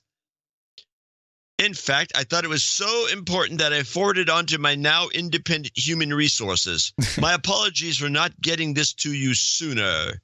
Thank you both for what you do. It is important and it does make a difference. Anonymous. Oh. Anonymous? Okay. Tim Anonymous. Tim Anonymous. All right. Thank you, Tim. Ian Larson in New Zealand. And I will take a quick look on the email because I did not search this. Now, I'm thinking $255. No, that's dollars. No, there's no upgrade or anything. He must have come in with 300 New Zealand ducats. Isn't there a rule for Australia and New Zealand? Well, what is the New Zealand dollar at right now? Not good. What is I'll bet you 300 New Zealand shekels is $255. So he may be an executive producer instead of associate. Put him up. We'll bump him. That's what I'm thinking. I just want to make sure. But I think that sounds about right because it's suppressed over there. Well, I do have. I was hoping some of the trolls would do the calculation. Here it is. I got it. He sent a note in. I do have it. Good. That was Tim Larson. No, it's 255. No, I got the 266.84. Oh, I don't know. Now I'm confused. Here's a note from Tim. That was Tim Anonymous. No, that was a different guy. Who's this other Tim? I got too many notes. It's 66 down under bucks to the dollar.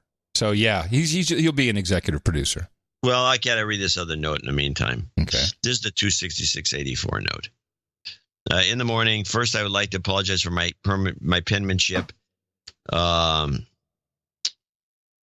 strange hybrid of capital A. It's unreadable. This donation represents 1% of my. Oh, this is a good note.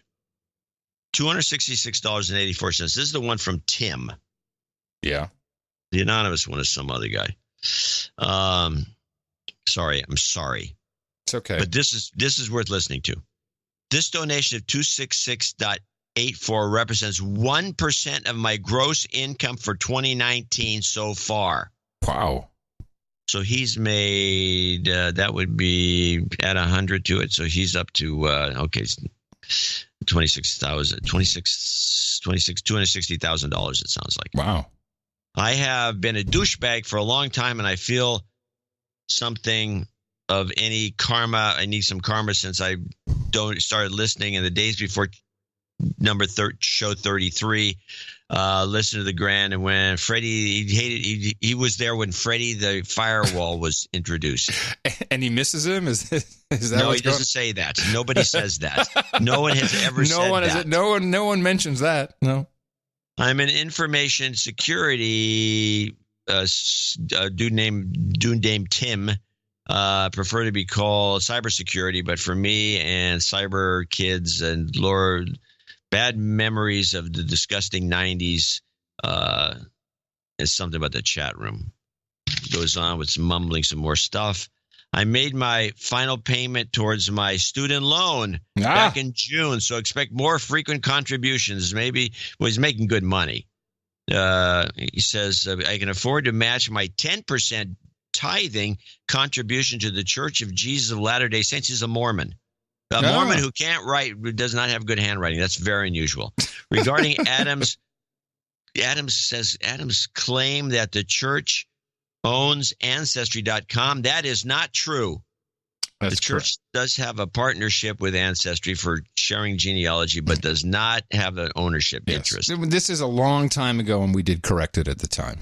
But they definitely have an interest. And if you must give out some karma, give it to my stepfather. He has an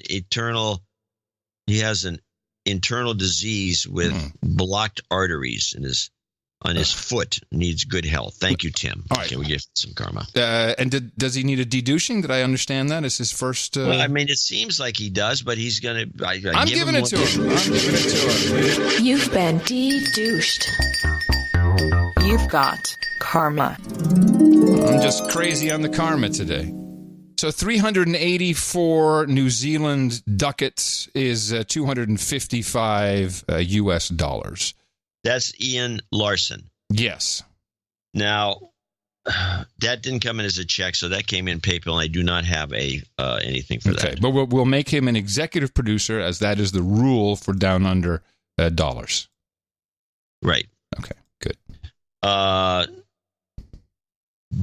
Brother. We pronounce that in the Netherlands, we call it Dodi. Oh, Dodi de Jong? Dodi de Jong. De Jong in Roosendaal? Yeah, Roosendaal, exactly. Roosendaal? Yeah. That's the one. Do you have a note from him? I do not have a note from Dodi.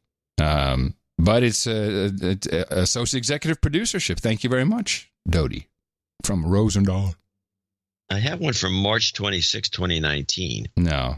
Well, that's from Peter, not from... No, that's Peter. Different De Jong, not Dodi. Okay. It's probably... I don't know. Is that a male or a female's name? That is typically male. Dodi? Mm-hmm. It's like Dodi from Princess Diana, except this is the Dutch spelling. Okay. All right. Now we have... I do have a note here. I believe... Yeah, this is just a quick note. Thank you. This is Scott McKay, and or Mackay, St. Mary's, Ontario, $237.59. I believe this is also $300 in Canadian, because this is Canadian money. We're really. Oh no, wait, he sent it in $230. No, it's not. Never mind. It's not. It doesn't go up. It goes down. So $300 in Canadian would be, it doesn't go up. It's the same thing with our New Zealand guy. It doesn't go up, it goes down. Yeah, I don't know what the hell you're talking about, but the way I understood in other words, Ian Larson's donation is about $200, and so is Scott's. I think these numbers are US dollars on the spreadsheet, correct? No, they're the dollars that showed up on the, in this case, in the check. The check came in Canadian. Okay. That's why I was confused. Okay. Gotcha. Yeah. Now it's yeah, you're right. I think the Ian thing would go up. Okay. This is confusing, people. Yeah. Anyway, he says a nice short note. Thank you. We need staff. Thank you for your courage. Health karma to my daughter, niece, and employee. Okay. All right. We can do that for you. You've got karma. Bobby Curiel, $222.22. In the morning, and aloha, gents. Bobby from the big island of Hawaii here. wanting to show my gratitude. The ability to be grateful for what I have has been exacerbated since I moved to an island with such abundance and the absolute best water on the planet. Mm. Which island is he on? Oh, he's on the big island, Hawaii. It's cockroach infested. Racist. My boss, whom we referred to as Jeff, passed away. Jeffy, I don't know. I think Jeffy passed away last weekend. It was not only unexpected, but left more questions than answers. My requested jobs karma for the several employees of a new Mamaki tea farm. Look up that Mamaki, see what that is. And myself to continue Jeff's vision, or Jeffy. I would like to know what it takes to get a Jeffy scream like Mueller, Nussbaum, etc. And dedicate that to him. In addition, I'd like a random Jeshami Schmackson. I think he means Al Sharpton, but he's saying Jesse Jackson somehow. Jesse Schmackson, yeah. Looking to my knighting, aloha to you and what you do. Okay, we may. I've talked to Fletcher about this. We used to do this about 5 years ago. We instituted you could buy a Fletcher donation screen. Shout, and it was expensive. I think it was $300 or something. That's quite a pricey scream. We did quite well for that promotion. Okay, we may do it again. Well, you talk to Fletcher about that. In the meantime, Mamaki tea is an all-natural decaffeinated herbal tea from Hawaii. And I can't really, there's a lot of Mamaki links that I'm seeing here, so I'm not sure if the Mamaki farm. Oh, it looks like they might sell on Amazon, actually. Yeah. Interesting. Oh, you learn something on this show. Every single day we learn something new. I love that. Okay, so he needs a little bit of Rev Al and a jobs karma. Thanks to you, Ed. Is this Groundhog Day 2? We are watching That Was Attorney General Eric Holder ABDs about some Republicans at home are already beating the drums of war. Today, the Pentagon refuted that claim. And he said the American people do not want him to, quote, dwiddling. They do not want him dwiddling his thumb. Jobs, jobs, jobs, and jobs. Let's vote for jobs. You've got karma. And MSNBC pays him a lot more money than either of us make. Oh, yeah. Well, he's the Rev. Bobby Curiel comes up next, $222.22 in the morning. No, we just had Bobby. Oh, I'm sorry, we just did Curiel. He was the one in Hawaii. Aloha. Mahalo. Jip Vandenhovel. Oh, Yoop. Sales guy Yoop. Sales guy Yoop. Oh, man, I haven't heard from him in a while. Yoop and Marson. Yes. Marson. You got it. Marson. You nailed it. For over 13 years, I've now been listening to both DSC and No Agenda. You still doing that? No. Via the shows, I get in touch and meet many nice people. The last Ultrek meetup was great as well. I brought my 14-year-old daughter along, and this is the meeting we missed, and we had quality time together. Valuable talks on many different topics, and she met a group of people who were open-minded and have the ability to converse respectfully. Thanks for all you do and for being a part of my life. Sales guy Yoop. Yeah. He's been a supporter of the show. He was early listener. One of the first listeners to the Daily Source Code when podcasting just started. It's so nice to hear from you, Yoop. Thank you very much. And congratulations on bringing your... I think I remember when she was born. I think I remember. I do. How nuts is that? I remember when she was just a baby. Let me give you some karma there. And, consider having your child do a sad testimonial for us. Well, she's a little old. Okay. We need like 10-year-olds, not 14. 14 is just a mature woman. Okay, John, we'll cut this part out of the show. Well, I'm sorry, I don't mean it that way. You've got karma. What are you doing? Whoa! The Epstein segment is next. We're not there yet. Give me some room. Well, she'll appreciate it. Of course she will. Sir Patrick Comer, $200. Best line from the last show, he says. We don't have a felon in the White House. We have a dementia patient in the witness stand. Another zinger from the No Agenda Show. Yeah. We're so... that was your quote. Oh, really? Oh, well, there you go. We're so underappreciated. Well, as artists. We don't see us in the quote books or AZ quotes or anything. We got plenty of material. Yeah. It's unbelievable. True. At least we have our great group of knights and our great group of producers and executive producers and producers for the No Agenda Show. And we want to thank the execs and the associate execs for helping us in show 1159. Yeah, and these titles that we hand out, that's not just willy-nilly. They're actual entertainment titles that are recognized internationally.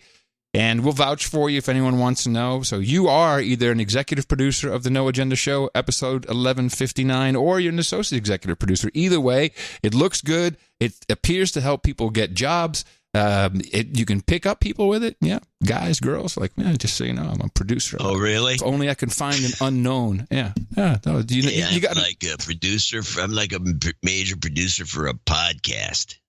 You'd be surprised, actually. Okay, where's your house? Can I get in your car? You're all over the map with it today. We will. We got a couple knightings, and as you heard there, we have a title change and more people to thank. $50 and above in our next segment. But for right now, please, for those of you who are considering donating, you heard a whole bunch of different ways people like to donate. And by the way, we're transparent about it. We give you all the numbers right there. This is an open business, and we are very proud of what we built with our Value for Value network of producers. And we're doing it again for you on Thursday. Please remember us and support us at Dvorak.org/NA. I don't know if you can hear the sound of my voice inside of all the noise, but you learned how that worked today. Our formula is this. We go out, we hit people in the mouth.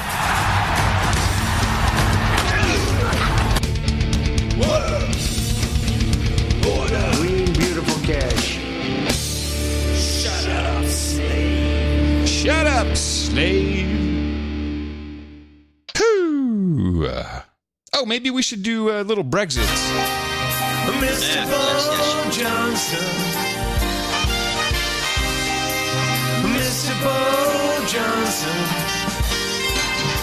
It's kind of a general UK jingle we have now.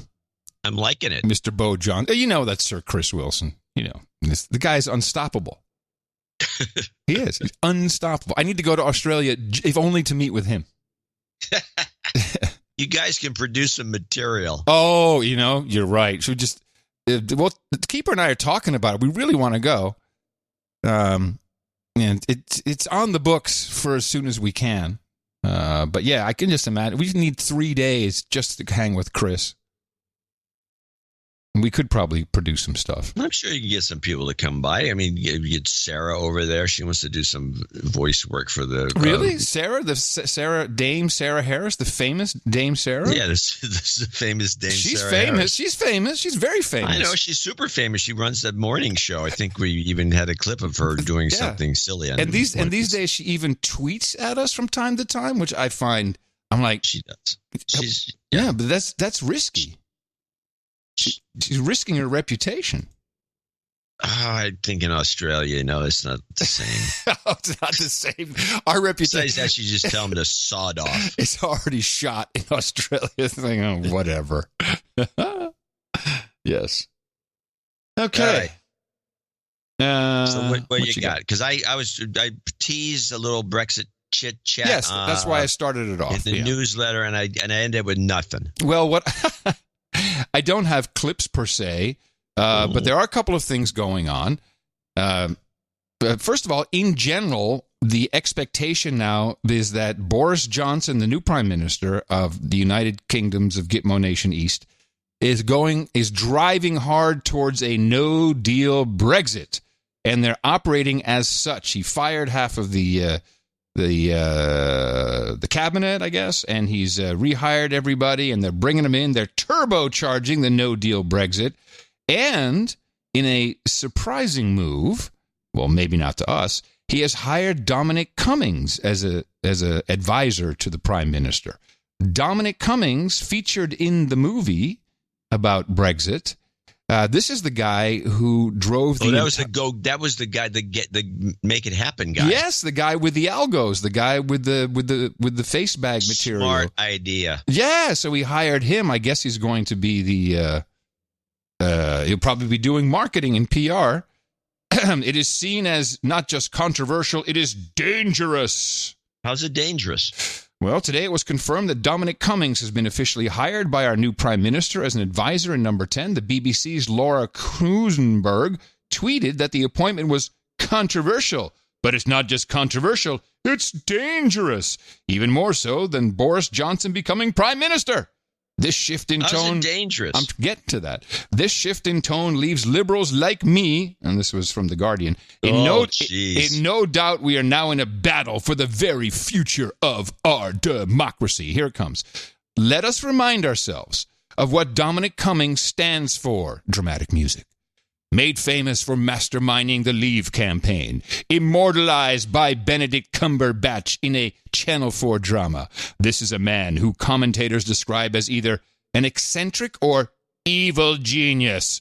He's responsible for the iconic £350 million a week bus slogan, the lie that Turkish immigrants were ready to join the EU and flood our borders with kebabs and cheap labor, and fined by the Electoral Commission for illegally spending in the 2016 referendum. Lies are his currency. At his own admission, accuracy is for snake oil pussies. So that's apparently his own admission. Well, maybe it was in the movie. Snake oil pussies. Yeah, I don't know. Now, so I have a kind of a boots on the ground report from our friends in the UK, who's Mimi's best friend, Teresa. And I've never heard of Teresa. A super famous rocker that is known for his harmonica. And Bob Dylan? Mick Gaiman. He used to work with Ian Dury and hit me with your rhythm stick. Hit me slowly. Hit me quick. Yeah. So the word over there is that Trump is studying the NHS closely to bring it to the United States. Huh. Yeah, that's what I said. That's exactly what I said. Really now? Huh. Really? Yeah, really. And then it somehow gets convoluted to add an additional little dimension to it, which is somehow he's also going to take over the NHS in the UK. Because you see, and I'll say that you see, him and Johnson are like tight. They're really tight. Everybody knows that the two of them are just hanging out all the time. Yeah. Even though I see no evidence of this. And they're gonna kind of sell out the UK to the United States in one way, shape, or form. By taking their NHS? I don't know. That's all they know, and it's just like they're so because their papers over there are as bad or worse than ours. Their information is shoddy.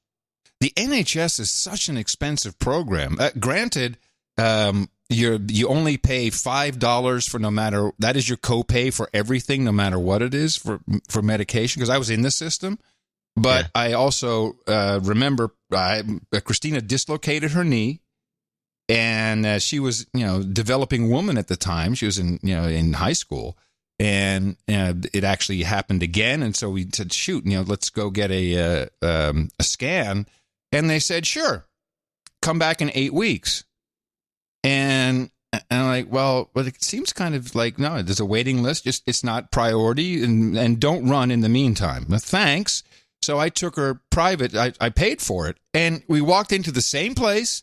There was no one there. They were just sitting around. They took my $5,000 and did the scan the next day.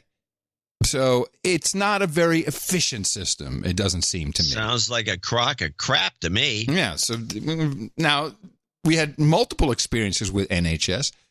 An emergency appendectomy did get taken care of pretty quickly. Well, that's a plus. But, otherwise, I don't know. It's when you socialize the medicine, the healthcare to that degree, you can get waiting lists and prioritization. It's the only way it can work. And they're going to push your granny off the cliff. True. That's what you yourself just proved, that's not how the only way it can work.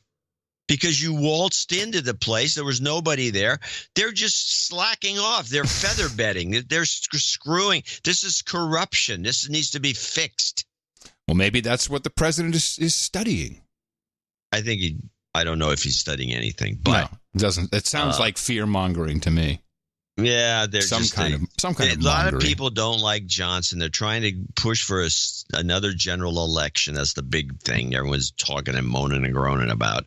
And if they can get that to happen, of course, that would put Farage, and I think he would probably just totally kick ass because he would sweep it.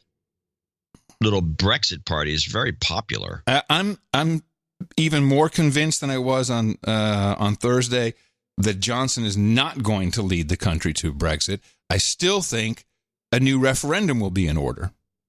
And I don't know what the mechanism, why that will happen, but Johnson doesn't, I don't think he even really wants, I think he's just talking a big game. I don't think his heart is in Brexit. I have no proof. It's just it's the smell test with this guy.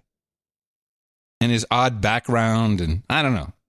He's a very strange character. Yeah, I'm just not so sure. I have a feeling he may bring it to another referendum. That's the European way. They're still in the European Union. That's the way we do things. Who's the one who's been promoting this idea? Well, both of us. Me. Yeah, both of us. We've been promoting this ever since the Lisbon Treaty. Yeah. Okay. You want to take all the credit? But if they do a hard Brexit, which is, again, neither one of us believe that will happen. No. But if they do, I think it'll collapse the stock market. Everywhere or just theirs? Everywhere. Nice. It'd only be a short term. Buy the dips. It'll be a flutter. Buy the dips. Buy the dips. I was looking for the Reverend Al teleprompter thing for the donation segment. I came across a clip from 2015 titled Reverend Al calls for Federalized Police. It's 20 seconds. Can we just give it a listen? Yeah. Since we were talking about it. We need the Justice Department to step in and take over policing in this country. In the 20th century, they had to fight states' rights, and to get the right to vote, we're going to have to fight states' rights in terms of closing down police cases. Police must be held accountable. I don't think all police are bad. I don't even think most are bad. But those that are need to be held accountable. So he said it right there in the beginning. So what makes these people think that a federal police department runs centralized from Washington, D.C. with no real interest in any of the states or what the states are like or what they, what kind of barbecue they eat? What makes them think that that would be better than the local people policing themselves when all they talk about when it comes to even policing within New York? We want the community to police us. We want more black cops. We want community policing. I mean, they got all that. Make up your minds. Do you want community policing or federal policing? I think they want. Now, remember, he's not speaking for himself. He's a known, identified FBI informant. So you know who's he's speaking on behalf of someone else. That's a good point. So he's speaking on behalf of the federal police. The FBI is in effect a version of federal police. Centralized power. He wants to be a part of it. That's his game. It's the globalist way. Next, we'll have global police, the global police force. Stand by, citizen. Disarm, citizen. Disarm. Reverend Al speaks. Yeah, well, that's the problem. Well, now that you bring up an old clip, I have a retrospective of 10 years ago today clips. Woo! Whoa, this is something we can only do on a Sunday. I like it. It's 10 years ago today. Mm-hmm. What do you mean we can only do it on a Sunday? I'm just making shit up here. I don't know. I'm filling space. Leave me alone. Let's go with it. This is just to remind people what was going on 10 years ago on the No Agenda show. Oh. Okay. And the kind of things that we were discussing. So this is 2009. Barack Obama was in office. I presume, was I in San Francisco or did I still shuttle back and forth between London? No, I think you're in San Francisco at 2009. Okay. Yeah, pretty sure. All right. But let's listen to that. I'm going to these are gonna be mixed up different. We'll first start with the top of the list, which is the swine flu was a big deal. This, by the way, was the measles year too. But they also had swine flu. If you remember, we poo-pooed the whole swine flu phenomenon as some sort of scam. We didn't know what it was. But let's listen to a clip. It's the no agenda swine flu minute. They should stay home from school for 7 days at least if it looks like they have swine flu. And people who are sick should actually wear masks at home. Also, wash your hands often and sneeze and cough into your sleeve, not your hand. Vaccines are also going to be available, but you must get one for the seasonal flu and a separate one for the swine flu, which is 2 shots. We'll be gearing up for on-site vaccination programs in probably about 40 schools in Contra Costa. We'll be doing drive-through vaccine programs for the public in shopping centers beginning in November. In the meantime, the health departments are working with each other and the school districts to track absences. If another kid gets it, then we'll just bring him home and he'll be fine. I think a lot of the media, could you put that back, right? And a lot of the media around it has been around the fear of what it might be as opposed to what the flu turned out to be. It turns out the swine flu isn't more dangerous than the seasonal flu, but it's also here to stay. Won't be going away. We expect we coming back in the fall with larger numbers. What we hope is that it doesn't come back with more severity. Lisa Chan, CBS 5. And wash your hands after touching any raw meat. Now, did you hear that in there? Which part? It's here to stay. So every year the swine flu is here. Oh yeah, and where is it? It came and went 2 years ago. No one even talked about it. Yeah. And so I had it. I had it. CBS report. Hey, remember, Thank you for the I news. had it. I had the swine flu. You recall? Oh yeah, I do. You did have the swine flu. Yeah, and I coughed and I stopped smoking. Yeah, you were miserable. Although when you were on the show, you sounded. This is one of the amazing things. I will give you credit for this. You're such a pro that, and I will tell the public this. You have been sick as a dog, but when you hit the show, hey, boom, you sound perfect. Well, thank you for at least giving me credit for something. Yes, you needed credit for that. I'll give you credit for something. You also have better hair than I do. I would never say that. Yeah, sure. Okay, here we go. Now we're back in 2009. Tell me if this kind of homophobic joke by one of the great liberals of television, who could even be told today by anybody, with everybody, not especially somebody like Trump. But this is the second clip, which is inflatable Anderson Cooper. David Letterman. I don't know if this has anything to do with Gay Pride Week, but here in New York City, maybe you've noticed this, that all the street vendors are selling inflatable Anderson Coopers. I don't know. Does it? I don't know if it does or not. Hey! Around 9 o'clock, which is about an hour before we go to bed, I'll always flip on TV Land and 2.5 Men, which I think they made 8,000 episodes. Yes. The most homophobic, misogynistic jokes ever. I can't believe that it's allowed to be on television at all. And it's funny. The jokes are incredibly dirty. That too, yeah. Yeah, and it goes, and it's great. Okay, next how things have changed in a decade. Next on the agenda, this is that we have to imagine we had Trump, trying to make amends with North Korea.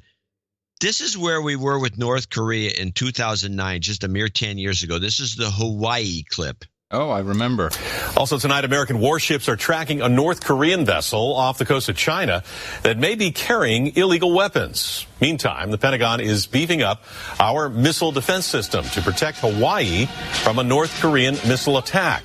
A Japanese newspaper reports the North may be planning to test fire another missile, this one aimed at Hawaii on the 4th of July.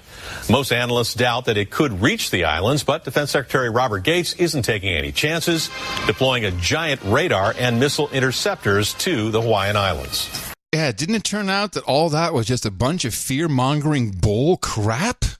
Yes, that's what it turned out. Now our president costing the taxpayers millions. And now our president just walks across the demilitarized zone. Hey, bro, how you doing? And no more testing.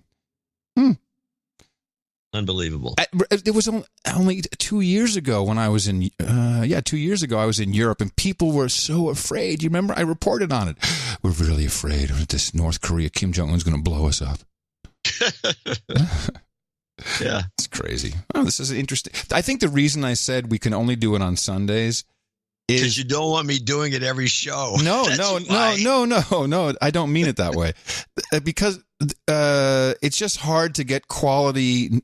Well, forget quality reporting. To get any clips from Thursday to Sunday, it's either stuff we've been tracking throughout the week, and we can go in depth in a few other areas. I think that's what we're talking about. No, I like to do a little side business. Yeah, it's good. Side biz. They're like a side gig.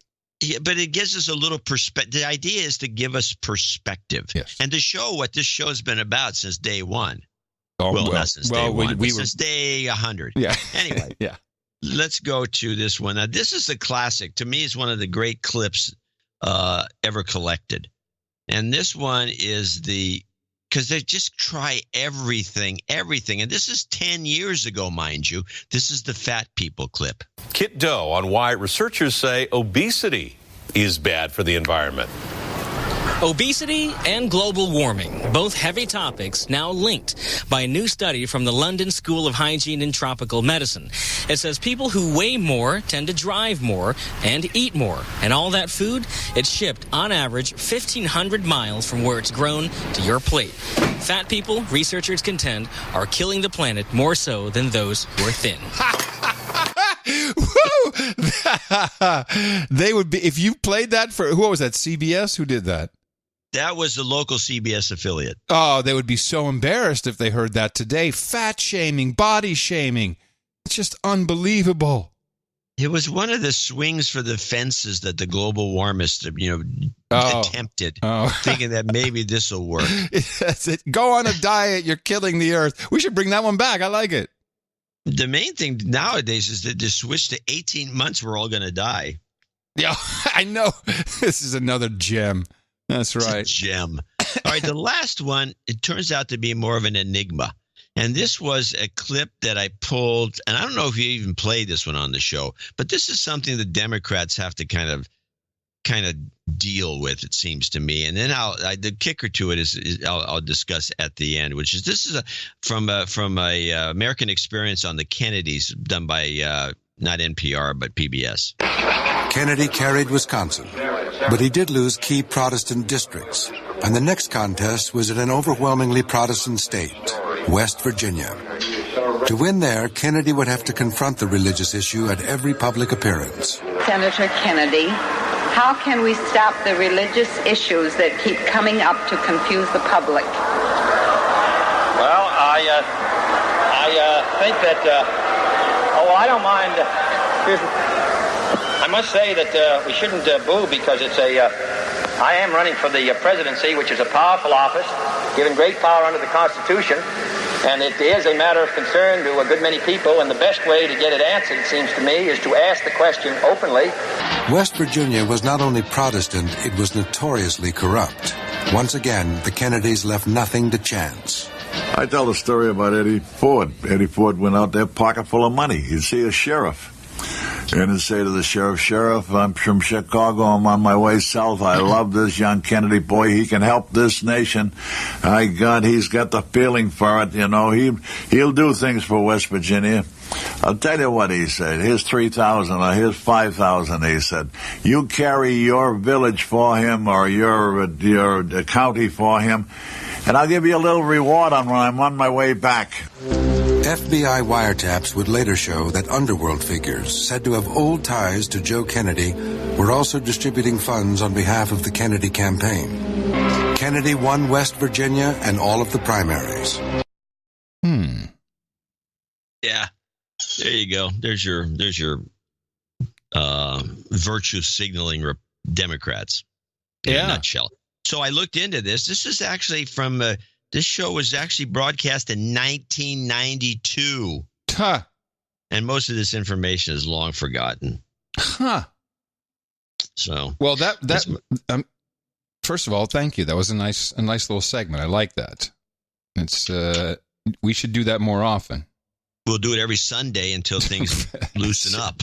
Well, it reminds me of this clip that I brought along regarding climate change. This, I think when we only have 18 more months to go before we die story came out, which was propagated by the BBC. I mean, it's not just some nut Was that where it came from? Yes. Do you think that was the origin? Well, let me see. I have it here. Let me tell you. Green New Deal. What's the rush all of a sudden? If we don't do something in 18, this is not going to work out for them. But that's a good if we don't do point. something in 18 months, we got to start. Well, when is the 2020 election? Is that about 18 months from now? Yeah, but even so, was it going to think people were going to change their vote because of this nonsense? Well, so they can chat it up and count down to Armageddon. We only have 16 months, 15 months and counting, 13 months and counting. Destruction is coming. It's a possible, that would to me would be a Hail Mary. Well, at this point, look, I've seen it all. You've seen it all. I don't put anything past anybody. This was doing the rounds in regards to that, so it's not brand new. I think it was a year ago, maybe. These 4 climate scientists were on a panel, and they discussed the following report. I just want to read something that they should read this at the Climate Summit. I think they should really read this today to describe what's going on. And this is from a reliable source, American Meteorological Society Monthly Weather Review publication, that the Arctic Ocean is warming up. Icebergs are growing scarcer, and in some places the seals are finding the water too hot, according to a report by the Commerce Department at Bergen, Norway. Reports from fishermen, sea hunters, explorers all over point to radical change in climate conditions. Why aren't they reading this? And hitherto unheard of temperatures in the Arctic zone. Exploration expeditions report scarcely any ice as far north as 81 degrees. Soundings show the Gulf Stream very warm. Masses of ice have been replaced by moraines of earth and stones, and it goes on and on. Within a few years, it's predicted that due to the ice melt, the sea will rise and make most coastal cities uninhabitable. What year was that written? Oh, that's right. I'm sorry. This is 1922. This is November 1922, and this is real. This is not urban legend. I know it's an old gag, but the problem is that the one guy, jumped on the punchline, which was too bad. But that is a verbatim reading, and I like that. It just shows you some of the insanity. It's the same. It's the same as playing these older clips. You're like, well, holy crap, what happened to us in 10 short years? Yeah. I had a thing in the newsletter. I think it was similar to what that guy just read, and it was from the late 1800s, perhaps. Oh, yeah, we have that. This is always going on. And then we had the period in the 70s where we're going to have an ice age, and that didn't work out to frighten people enough, and so they backed off. So Ilhan Omar, we've been tracking her a little bit. There's this controversy. She is I think she's the leader of the squad at this point. I think she's pushed AOC aside, and AOC she's going to have to disassociate or go down in flames. I think you're right about that. Yeah, it's probably not smart. And I saw the body language already. She has a very different style than Omar. She's more. She has a. That's because Omar's more of a puppet. And yes. Or I'm sorry. AOC is more of a puppet. AOC is a puppet of the Justice Democrats and that one guy. Yeah. So she doesn't have the self-confidence that Omar has. Omar exudes self-confidence. She really thinks she's hot shit. Well, I don't know if you saw this thread. A lot of people forwarded this to me. It's from the Imam of Peace, who was a real guy, Imam Hakini, I think his name is. And he posted this thread on Twitter, and it's about Ilhan Omar. And now what is going on right now is there's a lot of question and a lot of investigation going on as to her committing immigration fraud, tax fraud, by essentially marrying her brother, bringing him in legally, then divorcing him, and then filing joint taxes with a guy she wasn't married to. A lot of problems, which I think most people will leave alone. However, this guy, the Imam of Peace, and again, a lot of people talking about this, posted the following. I have sources for what I will say. They are solid rock authentic. Many officials will criticize me for making this public, but I have a duty to do so. The public needs to know I understand the potential consequences of this threat, and I accept them. I'm willing to go to the fullest extent with this matter, even if I'm required to testify in Congress. This is the beginning of the uncovering of what could be a giant scandal. The sensitive details of this matter will be shared in private upon request. This Congresswoman has confirmed to the above group of Qataris that the recent investigations into her cases will not end well for her. They also fear that she's in trouble. Now they are coming after several people. I am one of those people, and their plan is as follows. This Congresswoman, talking about Ilhan Omar, told the group of Qatari officials who have invested in her that Speaker Pelosi is happy she is being investigated because recently they had rebelled against Pelosi, and she hates the pressure coming onto the party because of her.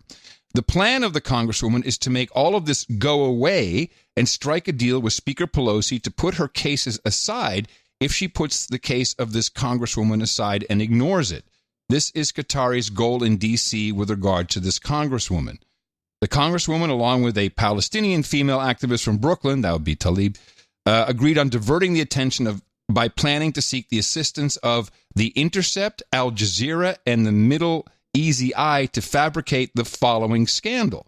They want to claim that all of those criticizing this particular Congresswoman are paid by Saudis and the United Arab Emirates. And that would make sense because the Saudis and UAE have a big beef with Qatar. They do not agree at all, down to almost military action. And that it is a collusion against the Congresswoman. So they are planning on separating people. Okay, so it goes on and on and on. So the idea is that to distract from all the problems she has, she's going to launch into everyone who criticizes me about this is a Saudi shill. And she apparently asked the Intercept, I don't know if they accepted this Intercept, but also Al Jazeera, which is Qatari owned and based, to propagate this. And I just found it fascinating. A lot of people are looking at this. And she has started to appear on Al Jazeera recently, which I think is relatively new. Here's a controversial statement she made on Al Jazeera. A lot of conservatives in particular would say that the rise in Islamophobia is a result not of hate, but of fear, a legitimate fear, they say, of quote-unquote jihadist terrorism, whether it's Fort Hood or San Bernardino or the recent truck attack in New York. What do you say to them? I would say our country should be more fearful of white men across our country because they are actually causing most of the deaths within this country. And so if fear was the driving force of policies to keep America safe, Americans safe inside of this country, we should be profiling, monitoring, and creating policies to fight the radicalization of white men.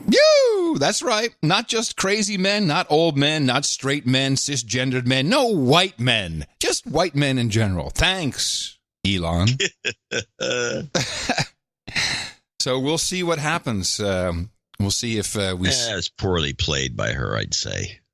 I don't know. Do you think someone's running her at all? Or do you think she's autonomous? I mean, it sounds like she's being run by... I know that she became part of the Justice Democrats bloc.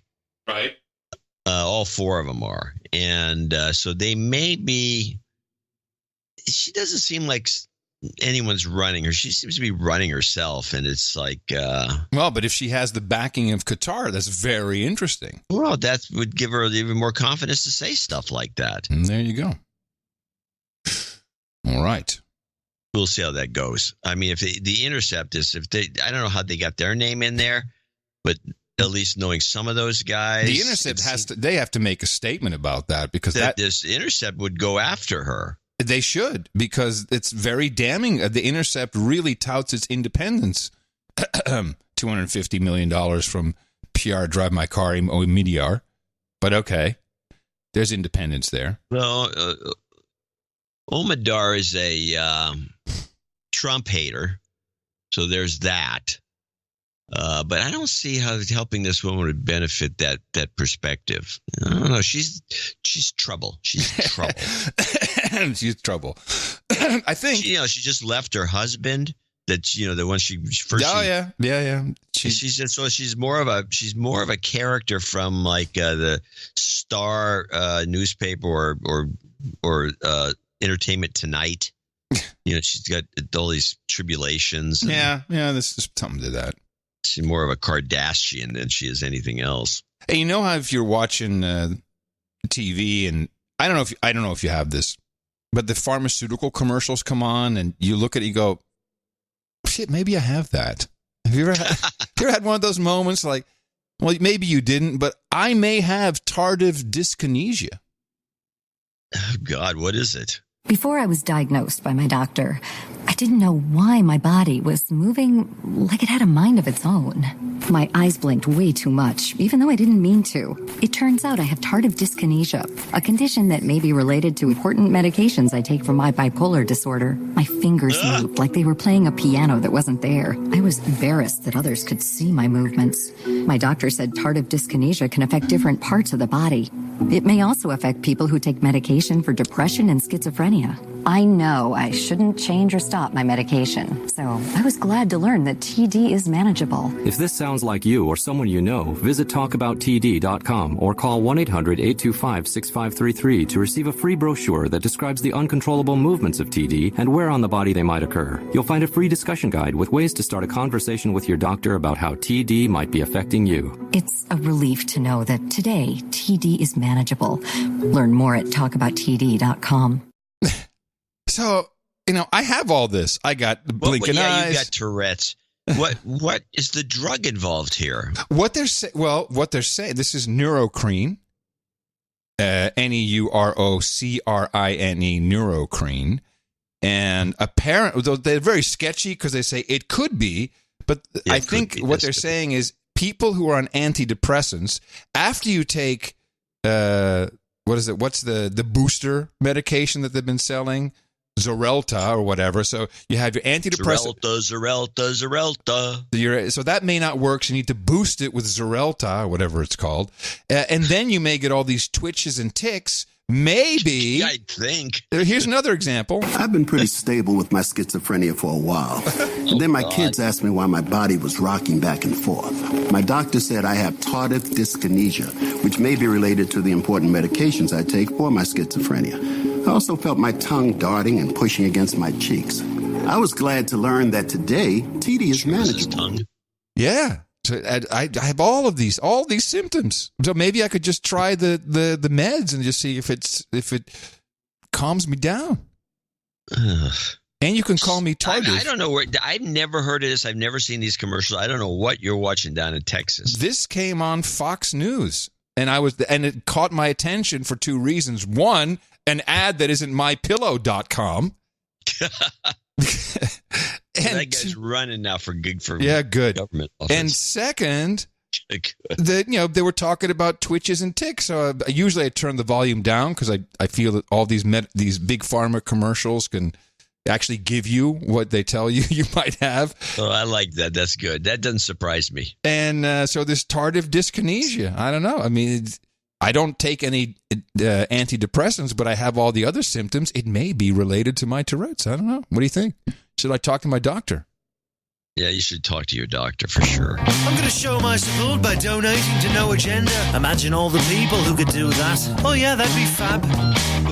Yeah, on No Agenda in the morning. Talk to your doctor about having him donate to the show. In the meantime, we do have a few people to thank, starting with Sir Phenom in Appleton, Wisconsin, 161.96. By the way, they grow a lot of apples in Wisconsin. And cheese. He's got a birthday present for himself. There's something else going on here. Yeah. He's upgrading to baronet today. Oh, okay, good. And July 28th is his actual birthday. He says, love it when a show day is my birthday, though I'm never able to listen live. Thank you for all you do to educate me on the finer points of what feeds into the larger elements of our world. Your analysis and deconstruction are invaluable, and I give what I can when I can. And here's to being a baron. We'll see you at the table later, Sir Phenom. Thank you. Sir Eric Hertha in Blue Ridge, Georgia, $150. Anonymous in Kansas, $150. And that's a note I read earlier. That's the one you read earlier. Got it. That was Tim, but we read it. So you can go back to the first part and you'll hear that. I read it with a nice accent. Tim Esau. There's actually a way of pronouncing this, and we used to have a government official in California named, I think it's Esau. 125. And he says, ITM on behalf of Oregon Local 33 meetup had a great time with Eric the Shill, wife and children, and about 23 others. So that's a meetup report. The Oregon Local 33, 23 people. Fantastic. Like it. Nice. Jim Garbazewski, I think. Jim Garbazewski, $115.90. Stefan Prokop in Vienna, Austria. Oh, that's nice. $111.11 is a gift for his birthday on the 31st. We put him on there. He needs a de-douching. You've been de-douched. I guess we put some karma for him at the end. You bet. Vienna. It's one of the top cities. Vienna. Joseph DuPont. And I don't know if it's the DuPont family, but he's in Towanda, Pennsylvania, $101.01. He sent a long note. Not a long note, but a big note with big giant letters. I recall we had a DuPont donating years and years and years ago. I don't know if it's him. But I think he's a ham because he says 73s and 88s, but he doesn't have W2DEO. Oh, 73s. And K2CYT. Kilo 5 Alpha Charlie Charlie. And W2DEO.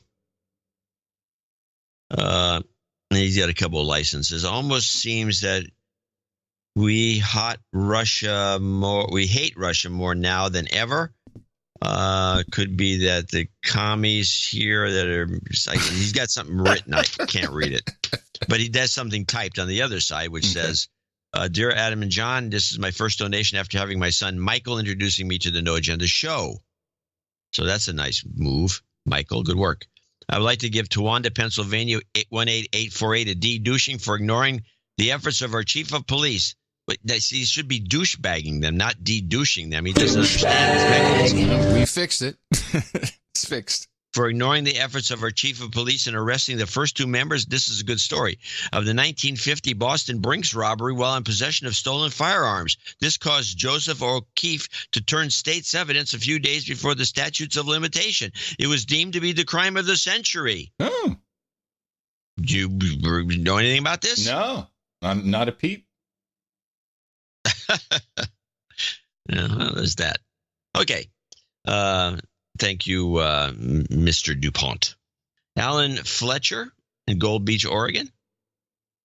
He's a.k.a. the Pope de Ciclismo, KG7, KHP, 73s. Mark Bublitz, $100. He says, I donated in the past. You pissed me off. I got over it. You can call out my nephew Tom as a douchebag for not donating. Douchebag. Okay. Sir Sam in Sittingbourne, Kent, UK, 8008. Sir Herb Lamb, the Earl of Georgia, 8008. And he has a douchebag call out for someone. I know this donation hasn't been great for the last few shows, but the contents have been some of the best in the last several months. Oh, thank you. If possible, I would like to wish my son, Mark, a happy birthday. He just turned 18. At the same time, call him out as a douchebag. Douchebag. I don't know. Yeah, I guess he's on the list. Now, he's been listening to the show on and off for 5 or 6 years. You know. Sir Brian Kaufman in Scottsdale, Arizona, $75.75. Christopher Bishop, $75. Baron Mark Tanner, our pal in Whittier, California, they're doing this Anaheim meetup. He asked me about it in an email. I forgot to get back to him. 6789, and to get back to him was that I can't do meetups that are on Saturday night. Right. Gary, problem. There's a show the next day. Can't be done. Gary Blatt, 6660. Anonymous, 6181. Peter Chong, 5555. Buck E. Slambo, in San Jose, California. Double nickels on the dime. Fantastic work, he writes. Paul. Well, this is a Dutch name. I would say Vreugdenhill, but Vreugdenhill probably is how they pronounce it. Yeah. Here he says, please have Adam say my name as I would love to hear it pronounced like they would in Holland. Here it is. Paul Vreugdenhill.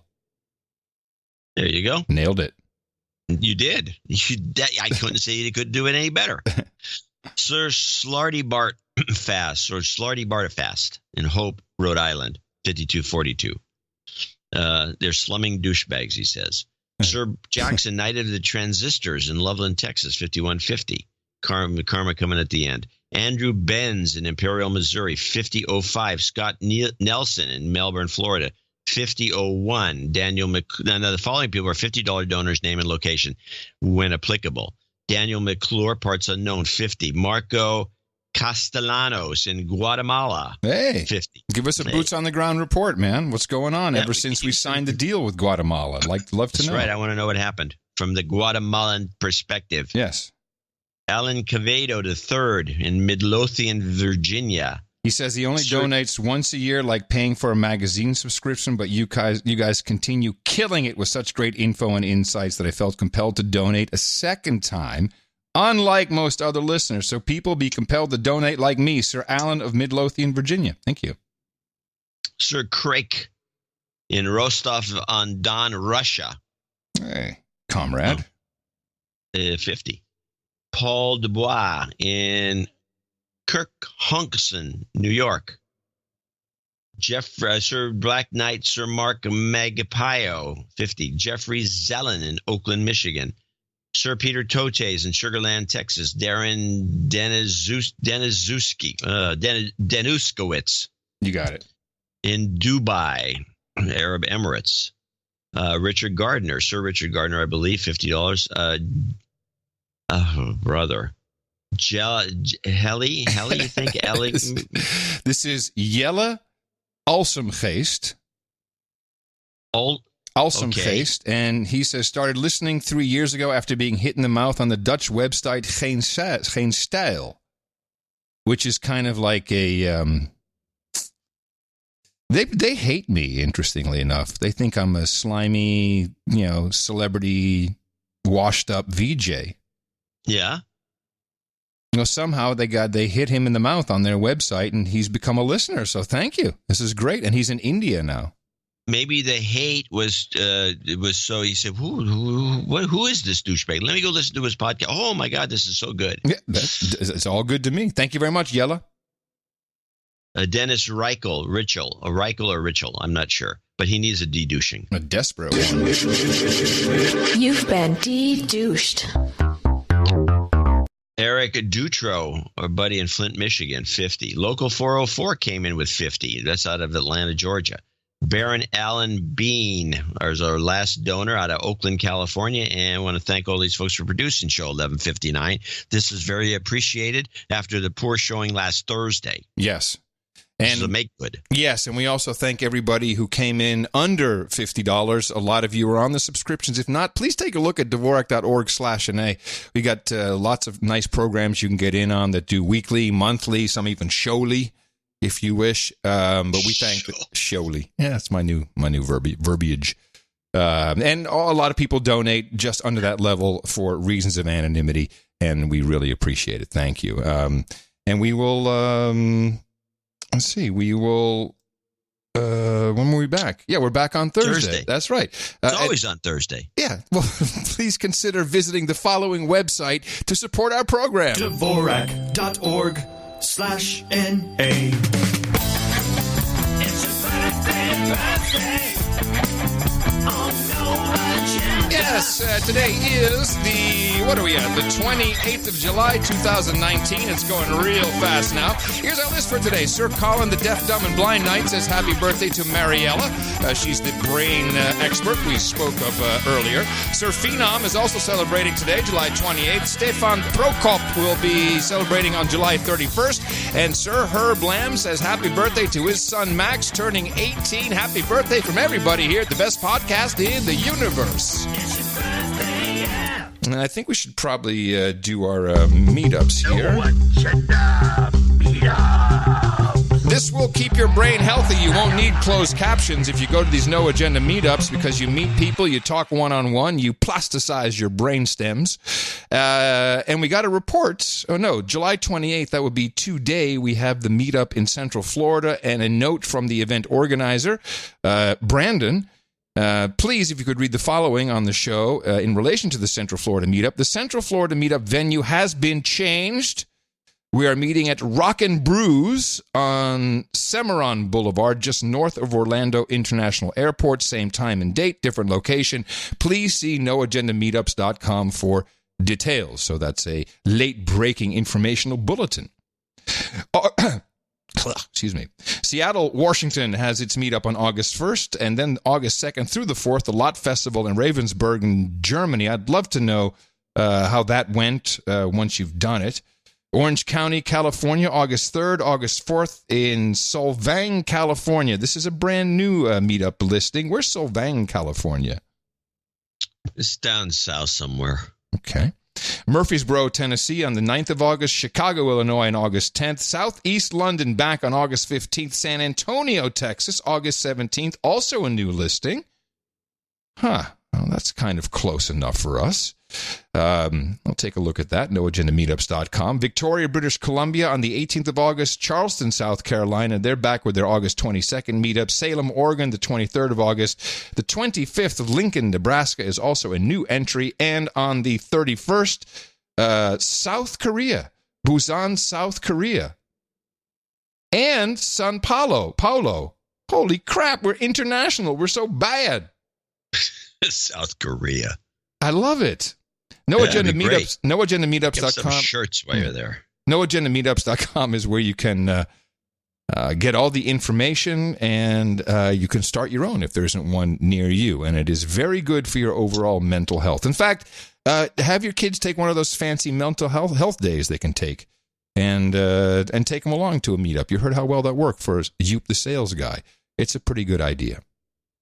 And on to our nightings today. Let me see. We have, just one, so I'll grab the blade there. You have yours? Here you go. There you go. Perfect. Jake Hernandez, please step up to the podium.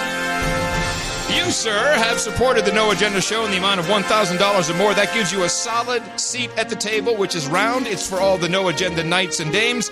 And I am hereby very proud to pronounce the case be Sir Jake Hernandez, Knight of the No Agenda Round Table for you, Jake. We have Hookers and Blow, Rent Boys and Chardonnay.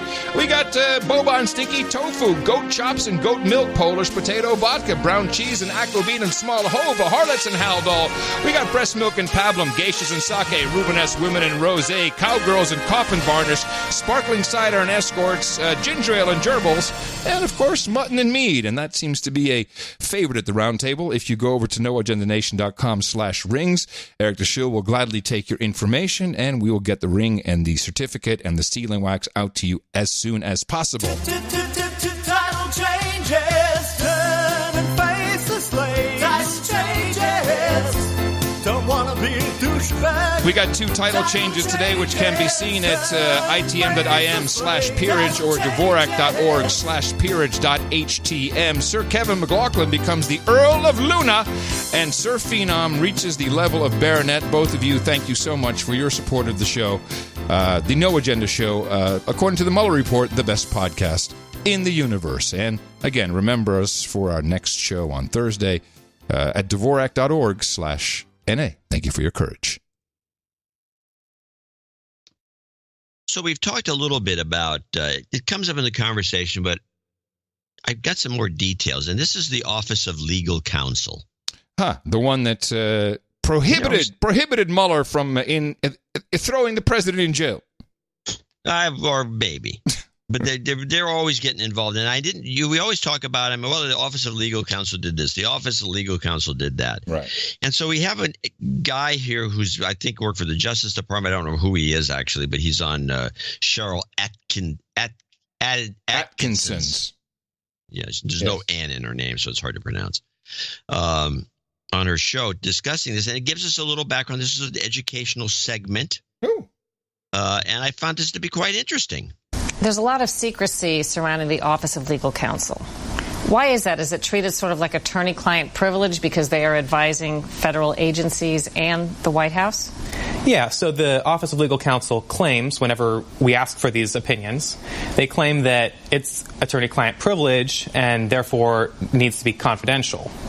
But the problem is that the Office of Legal Counsel knows that the rest of the government doesn't see these opinions as just legal advice. They see the opinions as official decisions.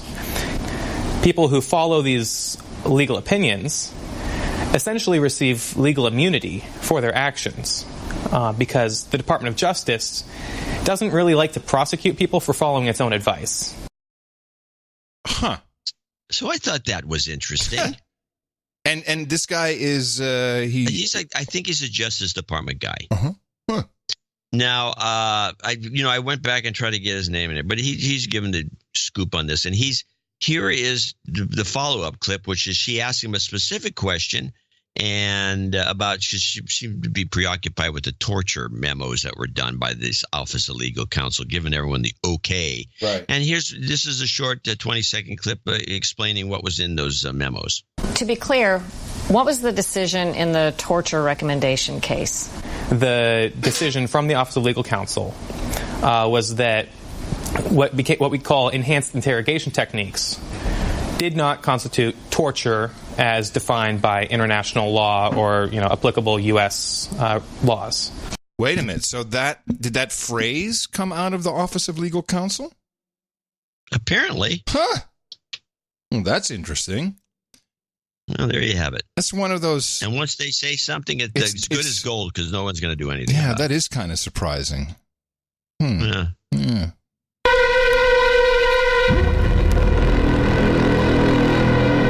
Attention all human resources. Now entering second half of show. Second half of show, John. I don't know. I'm going out on a limb with this one. This is really off the wall, okay? Well, I have one clip for second half of show too, so stay in the zone. Well, why don't you go first? Well, mine is just about the asteroid. Oh. Do I play it? We just almost got killed.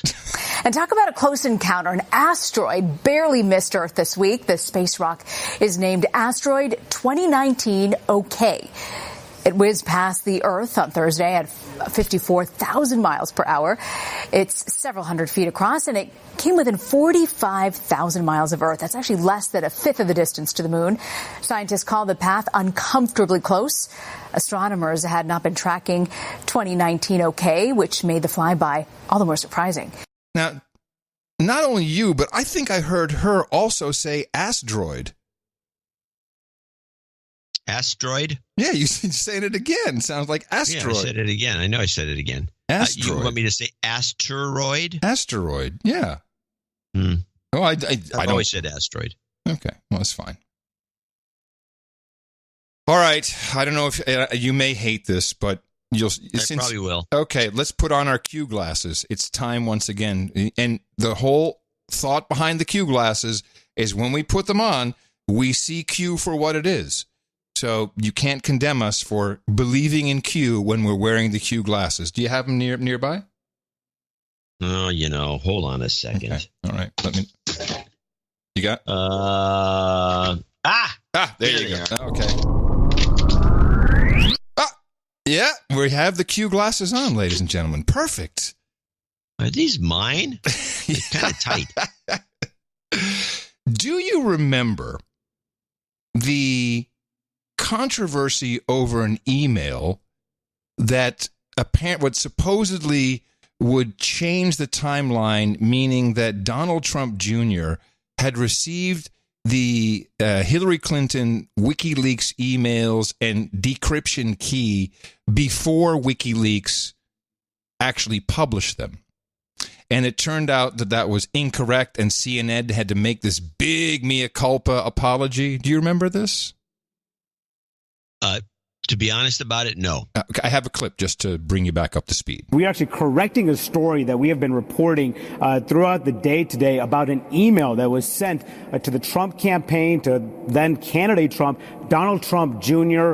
And others during the heat of the campaign season. This email included a decryption key and also a link to where they could access some of these hacked WikiLeaks documents from the Democratic National Committee. Now, we've been reporting that this email came on September 4th. That was before some of these documents were publicly available, but we have just obtained a copy of this email. And instead, we now learned that this email was on September 14th. So that is 10 days later than what we originally reported earlier today. And this appears to change the understanding of this story, because initially it seemed perhaps they were being offered access to documents that were not yet publicly available. Now, our initial reporting on that September 4th date was based on two sources who had seen this email, but that information was incorrect now based on a copy of the email that we have obtained this afternoon. But this email came on September 14th, not September 4th, as we said earlier, Brooke. So you maybe... I'm glad you stopped it because I don't know why you would do anything like that, because I am listening to it. So they sent the B stringers out to do the big apology, because just before that they were like, "Oh, we got him red-handed. This is the smoking gun. He knew about it. Collusion with WikiLeaks." Do you kind of remember that? Vaguely. Well, you will. There was so much of that nonsense. Well, you remember in a moment. This was, as it turns out, an intelligence trap to find a leaker, and this is what you do. You send off incorrect information with separate pieces of information into the system, and whatever poops out the other end, you've got your leaker. Hope. Well, right after this apology, cascade of apology came out, President Trump tweeted the following: "Finally, little Adam Schiff, the leaking monster of no control, is now blaming the Obama administration for Russian meddling in the 2016 election. But he spelled little Liddle. You remember that?" Yes. Well, with our Q glasses on, we now know why. Adam Schiff is an active participant of a nonprofit charity called Little Kids, LiddleKidz.org. Little Kids is the gold standard for pediatric touch therapy education. What? Yeah, exactly. Go look at the website, littlekids.org. In fact, they do a lot of this touch therapy in Haiti, where we see pictures of little Adam Schiff with children romping around in Haiti. Little Kids operates in California in the 28th district, which is Adam Schiff's district. Keep those glasses on, John. You're going to need them. So what really was the president signaling here? Was he saying you're a douchebag for having a nonprofit, or was he maybe calling this Little Kids organization into question? For touch therapy. I'm sure it's the gold standard. I don't know. I don't want any congressman touching my child. Touch therapy. I knew you'd love that. Oh, yeah. So now we go back to 2009, interestingly, where we were. In a few terrifying moments in the early morning hours, it was actually Martin Luther King Day. There was what authorities initially thought was a terrorist attack launched in a downtown subway station. Several people had been overcome by a cloud of noxious gas, causing two of them to begin vomiting, and the officials were freaking out. But they figured out where it came from. Hazardous materials teams ultimately found that the toxic cloud was chlorine gas, or initially found the toxic cloud was chlorine gas emanating from a storm catch basin 2 blocks away. The culprit, prosecutors alleged, was not some scary extremist group, but the owner of The Standard, a trendy downtown hotel with a reputation for celebrity sightings and a rooftop swimming hotel. Hotel maintenance workers initially admitted, this is from the Los Angeles Times that I'm reading, admitted pouring a small amount of chlorine down a rooftop drain. But investigators did not believe that would have accounted for the noxious cloud. An FBI agent who specializes in environmental crimes conducted the follow-up interviews in which employees eventually acknowledged emptying the majority of 2 50-gallon drums of muriatic acid and chlorine into the drain. Now, muriatic acid is, what can we do with muriatic acid? Well, it's hydrochloric acid. It's used for cleaning cement. Can you dissolve bodies in it? It's not the best. I think nitric acid would be better. But it would. Yeah. But it does, when it mixes with chlorine, it definitely will produce chlorine gas. When it mixes with the Clorox, if it has Clorox, it would produce chlorine gas. So I don't know why you would pour 2 50-gallon drums of this down the drain, but they did. So here's what's interesting. The Standard Hotel is owned by Andreas Belazas, boyfriend to several actresses, including, I think, Chelsea Handler, also boyfriend to spirit cooker Marina Abramowitz, and boyfriend to Ghislaine Maxwell. There's our pedo connection. The Standard Hotel, if you look at their website, thestandardhotel.com, I think it is, and they have a number of ones. This is the West Hollywood one. They've got, well, first of all, they have ping pong tables. It's always fun to bring that up in regards to anything, fiddling, I don't know, touch therapy. But they also have a picture of a guy with a big pedo bear head on in bed with a young woman. It's very creepy looking. So the Standard WeHo location is in Adam Schiff's district. And right around this time, when Trump tweeted the little Adam Schiff quote, there was a helicopter accident. The general manager of the West Hollywood, the Standard, was on her way to, I think, there's one on Catalina Island. She'd been the general manager for 11 years. Helicopter crashes, no mayday call, boom, gone. So QAnon's conclusion point to a Schiff problem being solved with the muriatic acid and potential witnesses of the crime being taken care of. And this is the reason why Adam Schiff is so insane about removing Trump. He may have committed some horrible acts that were covered up and taken care of for him, and now he has to pay the bill. Well, let's stop with the hydrochloric acid as being a good way to dissolve a body, because it's not. Man, not even a small body? The best, you would use lye or sodium hydroxide or something that really is caustic. In other words, just the opposite. Hold on a second. Let's take the glasses off because you're bumming me out in Q mode. Hold on. Okay. Ouch! Jeez, with these things, what is it? Sticky. You know what? Somebody must have spilled something on it. It's sticky on the edges. I know. I felt it too. All right. I'm not completely buying it because you would use the hydrochloric acid in the especially with the Clorox. It might be useful as a cleanup to get rid of all traces of DNA. Oh, there you go. Okay. Something like that, along those lines. That would work. To dissolve even a little body, it would just be a mess. It would be horrible. Yeah. And it would just not work. It's just not a good way to go. And I think if there's a mystery writer out there who listens to the show, you probably know the details of this. But, you would use something else. Well, there you go. What they're doing with that acid, I'm not sure. Well, there you go. It depends on, also, we never heard the concentration of the acid.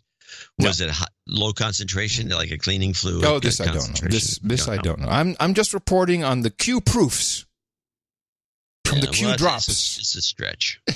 Well, I like the Schiff and the kids, though. That's kind of interesting. Well, also Trump tweeting little. That's that. Yeah, it's like he knows something. That makes that was signaling. That was yes, that makes the story interesting.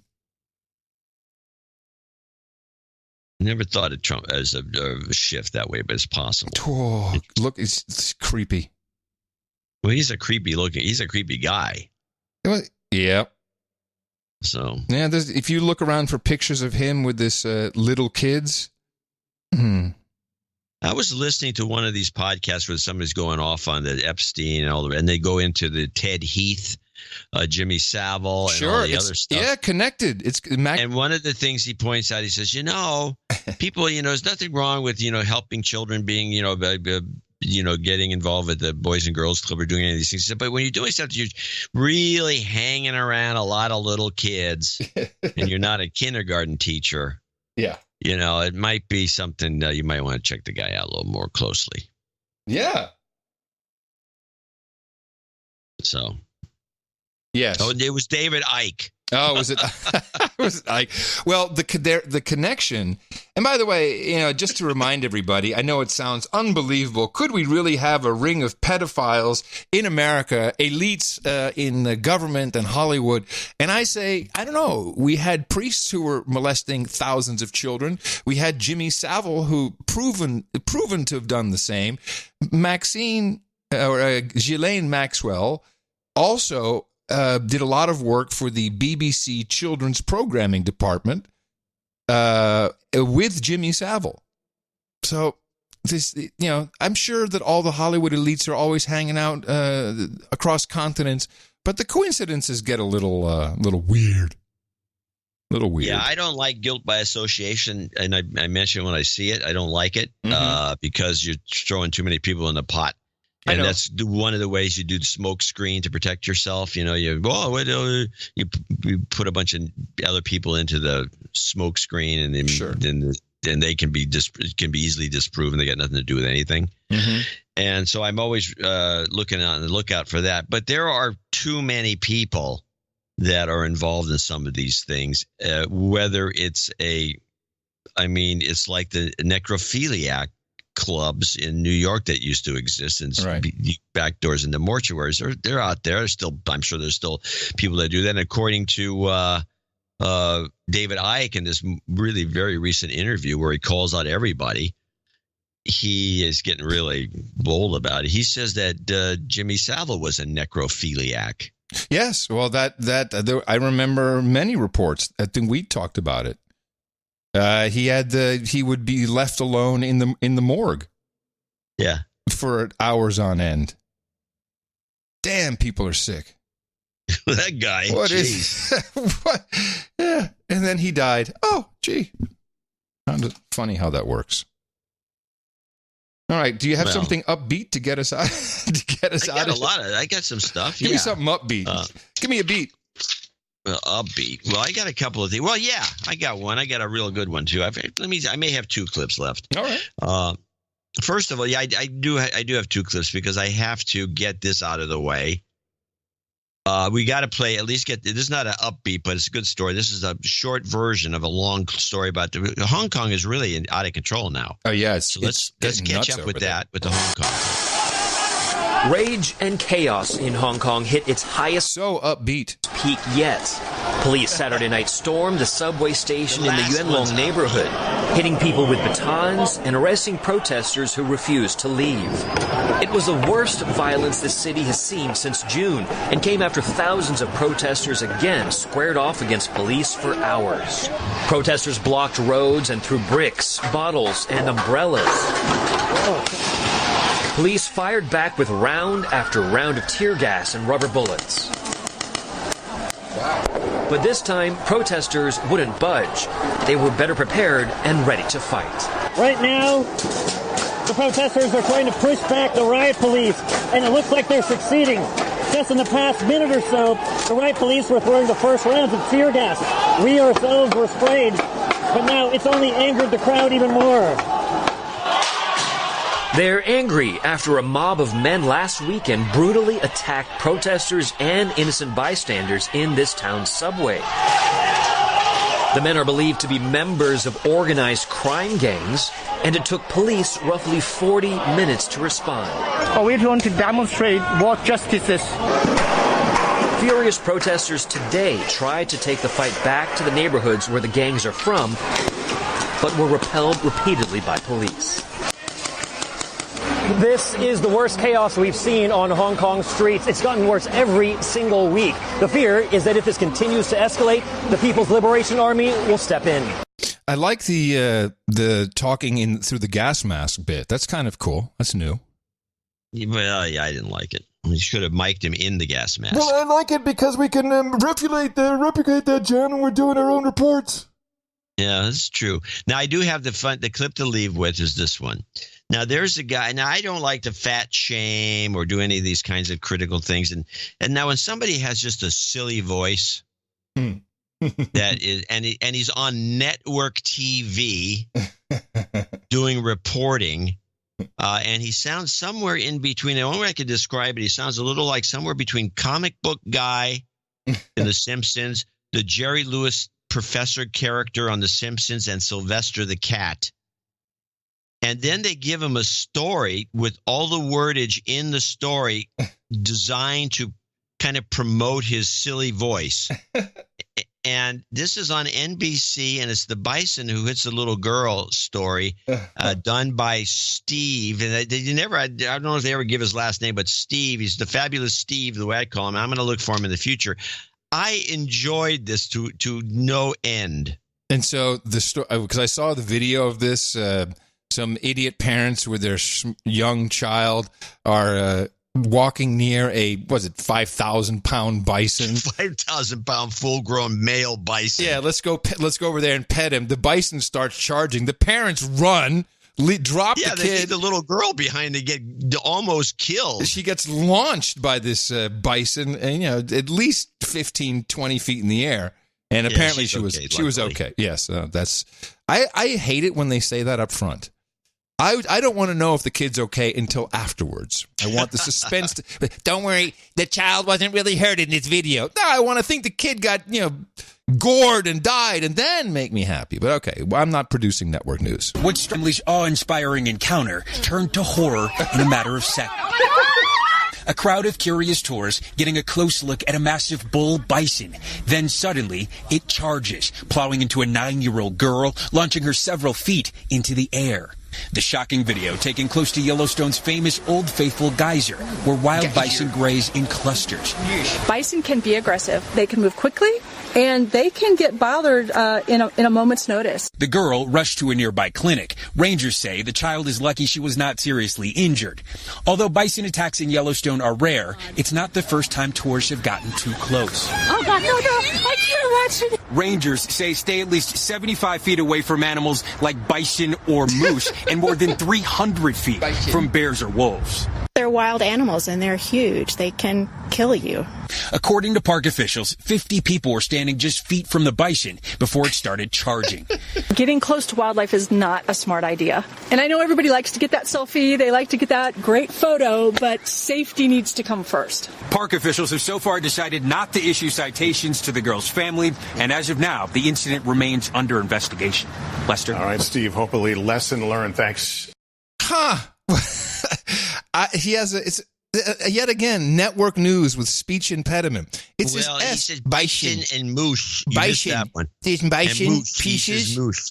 What is the esh? It's esh. If you listen to that clip closely, I think he's putting that voice on. I think it's just an esh problem.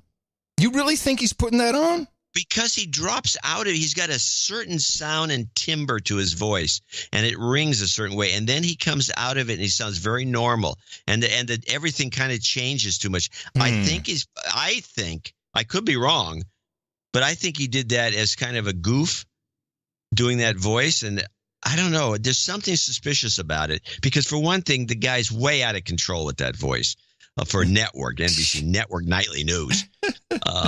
And it just sounds, if you listen carefully, I've listened to it a number of times, I think he may be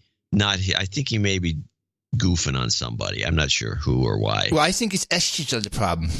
Esh. Best podcast in the universe. It's borderline Sylvester is a cat. And that wraps up your deconstruction for today, everybody. We got Nick the Rat coming up next with episode 188 from the sewers on the noagendastream.coms, where you can find all that. And end of show mixes. We have the full Felix Wilson donation with the session of our donation spot.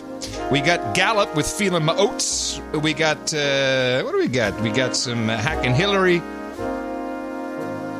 And I don't know who did that one. And we always appreciate all the work our end-of-show mixers do, and we appreciate everybody supporting our program. Go to Dvorak.org/NA. And coming to you from the frontier of Austin, Texas, the capital of the Drone Star State, FEMA Region number 6 on the governmental maps. In the morning, everybody, I'm Adam Curry. And from northern Silicon Valley, I'm John C. Dvorak. We return on Thursday, the second one of the week. Please support us, Dvorak.org/NA. Until then, adios, mofos, and such.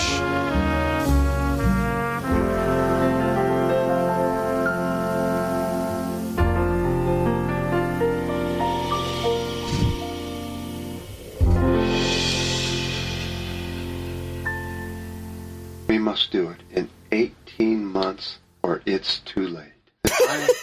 Daddy, why are you laughing? They said we had 12 more years to fix climate change. Now they told us we've only got 18 months. Daddy, there won't be a No Agenda podcast in 18 days unless you donate now. You don't want me to grow up with a swollen amygdala in a world with no goat karma, do you, Daddy?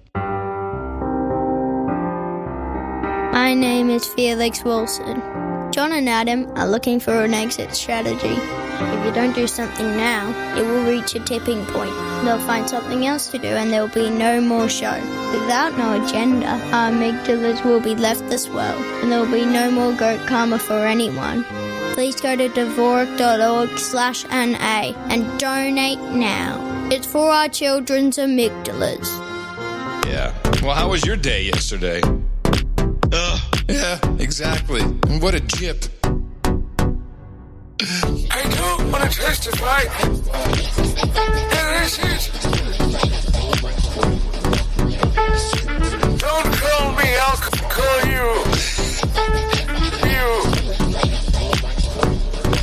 That's it. I don't want to testify. And this is... Where was that? Aaron Burr. I knew him. Not a very nice fellow. I don't want to testify. And this is... I don't want to testify.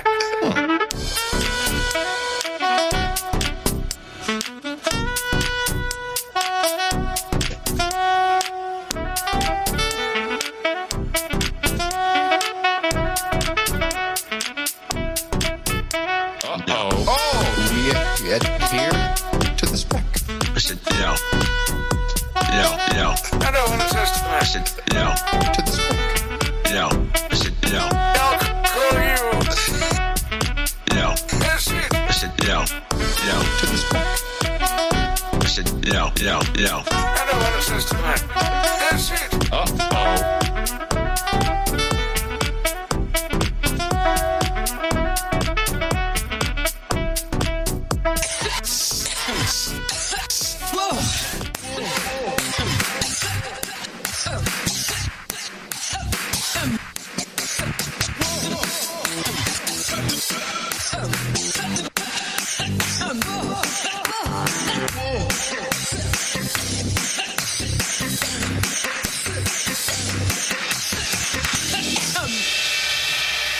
Boy, we have 63 days to go.